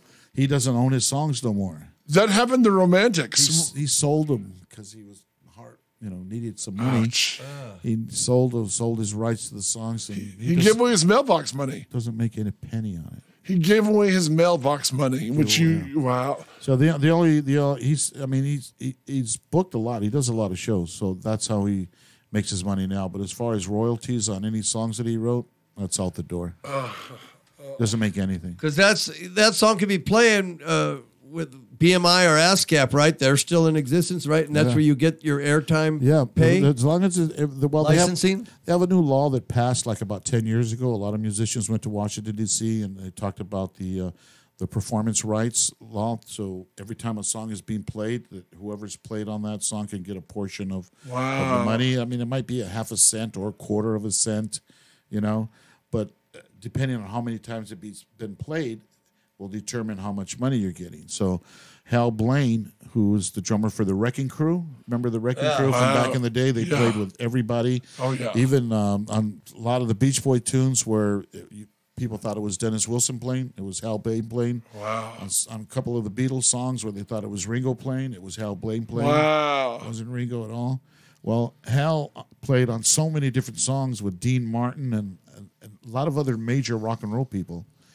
And all the songs he played on, he never got paid. He got paid a flat fee for the recording session, but any royalty or performance fee, once it's played on the radio, that didn't exist. Wow. So they changed the law. A bunch of musicians went to Washington, D.C., brought it up in Congress, and the law was changed. Now, just 3 years ago, they had the Beatle Fest in L.A. Yes. Okay, I was there. Oh, you did Beatle Fest? Oh, yeah. I was there, and I was chatting with Paul McCartney's mom, Angie McCartney, and his sister, and Denny, and everybody, and we're chatting there. I seen Hal Blaine walking by, and I finally pulled him aside and got to talk with him. I says, hey, this law that's passed now, how is that working out for you? He says, it's working out great. I just got a check for $150,000. Wow. Yeah, So he's made a difference. He's finally getting his money that he was supposed to have gotten a long time ago, So there's a horrible documentary. I mean, horrible. It's gut-wrenching called We Want Our Name Back, and how screwed the Sugar Hill Gang was. One of the first big rap artists, and their manager stole everything. Oh, yeah. Typical story. That's the thing of, if you're going to get into the music business, if you know the music already, that's good. Now learn about the business. It's the 2 different things. Wow. Where a lot of musicians that are just getting into it, they tie them together. Those are 2 separate entities. You know the music, that's cool. You better learn about the business side now, because a lot of people are going to pat you on the back with one hand while they have their hand in your pocket, their other hand in your pocket with the other. So, All right, my friend, we're in the last 3 minutes. Tell us where people can follow you in the band and then pimp your upcoming concerts. Oh, great. Okay. Hey, everybody out there, please give us a like on Facebook on the Cannibal and the Headhunters page. Also on my page, Robert Zapata. And also I want to mention the 2 shows we got coming up in July. July 12th for the city of Montebello. Yes. It's 1401 West Whittier Boulevard in Montebello. Showtime is from 6 to 8:30. It's a free concert. So on a Thursday, we will be raffling off a brand new guitar for a lucky winner out there. Also, July 21st, an MC Global Entertainment event. It'll be at the Warner Grand Theater, 478 West 6th Street in San Pedro, California. For tickets, you can call 424-224-6345 or 310-548-2493. And please come on out and come up and say hi to me. I'd like to meet you all. Get your toes tapping. Get on that and start dancing. Listen, the man beat the skins. Keep your shoes on or off, but just start dancing. Robert Zapata, thank you very much for joining us on the Jeff Sargent Show. We were honored to have you, sir. Thank you, Patrick. Thank you, Jeff. All I right. appreciate it. You're not leaving anywhere because we have an off-the-record story we're going to hear in the other room, so it doesn't appear in the mics. Remind me to shut off the live streaming, Pat. Yes. Yeah, okay, perfect. Ladies and gentlemen, thank you. Join us tomorrow for Hot Chick Friday. Yeah. Ooh, Hot Chick Friday. I'll Wait, be here. Devora Firestone. Now, does that sound hot or I'll what? be here. What time? My God, it was 7 to 9, baby. Okay. Gee, wow. Join us for Hot Chick Friday. You got All that. right. Thank you. Goodbye. Kill the live streaming so we can hear this man's story.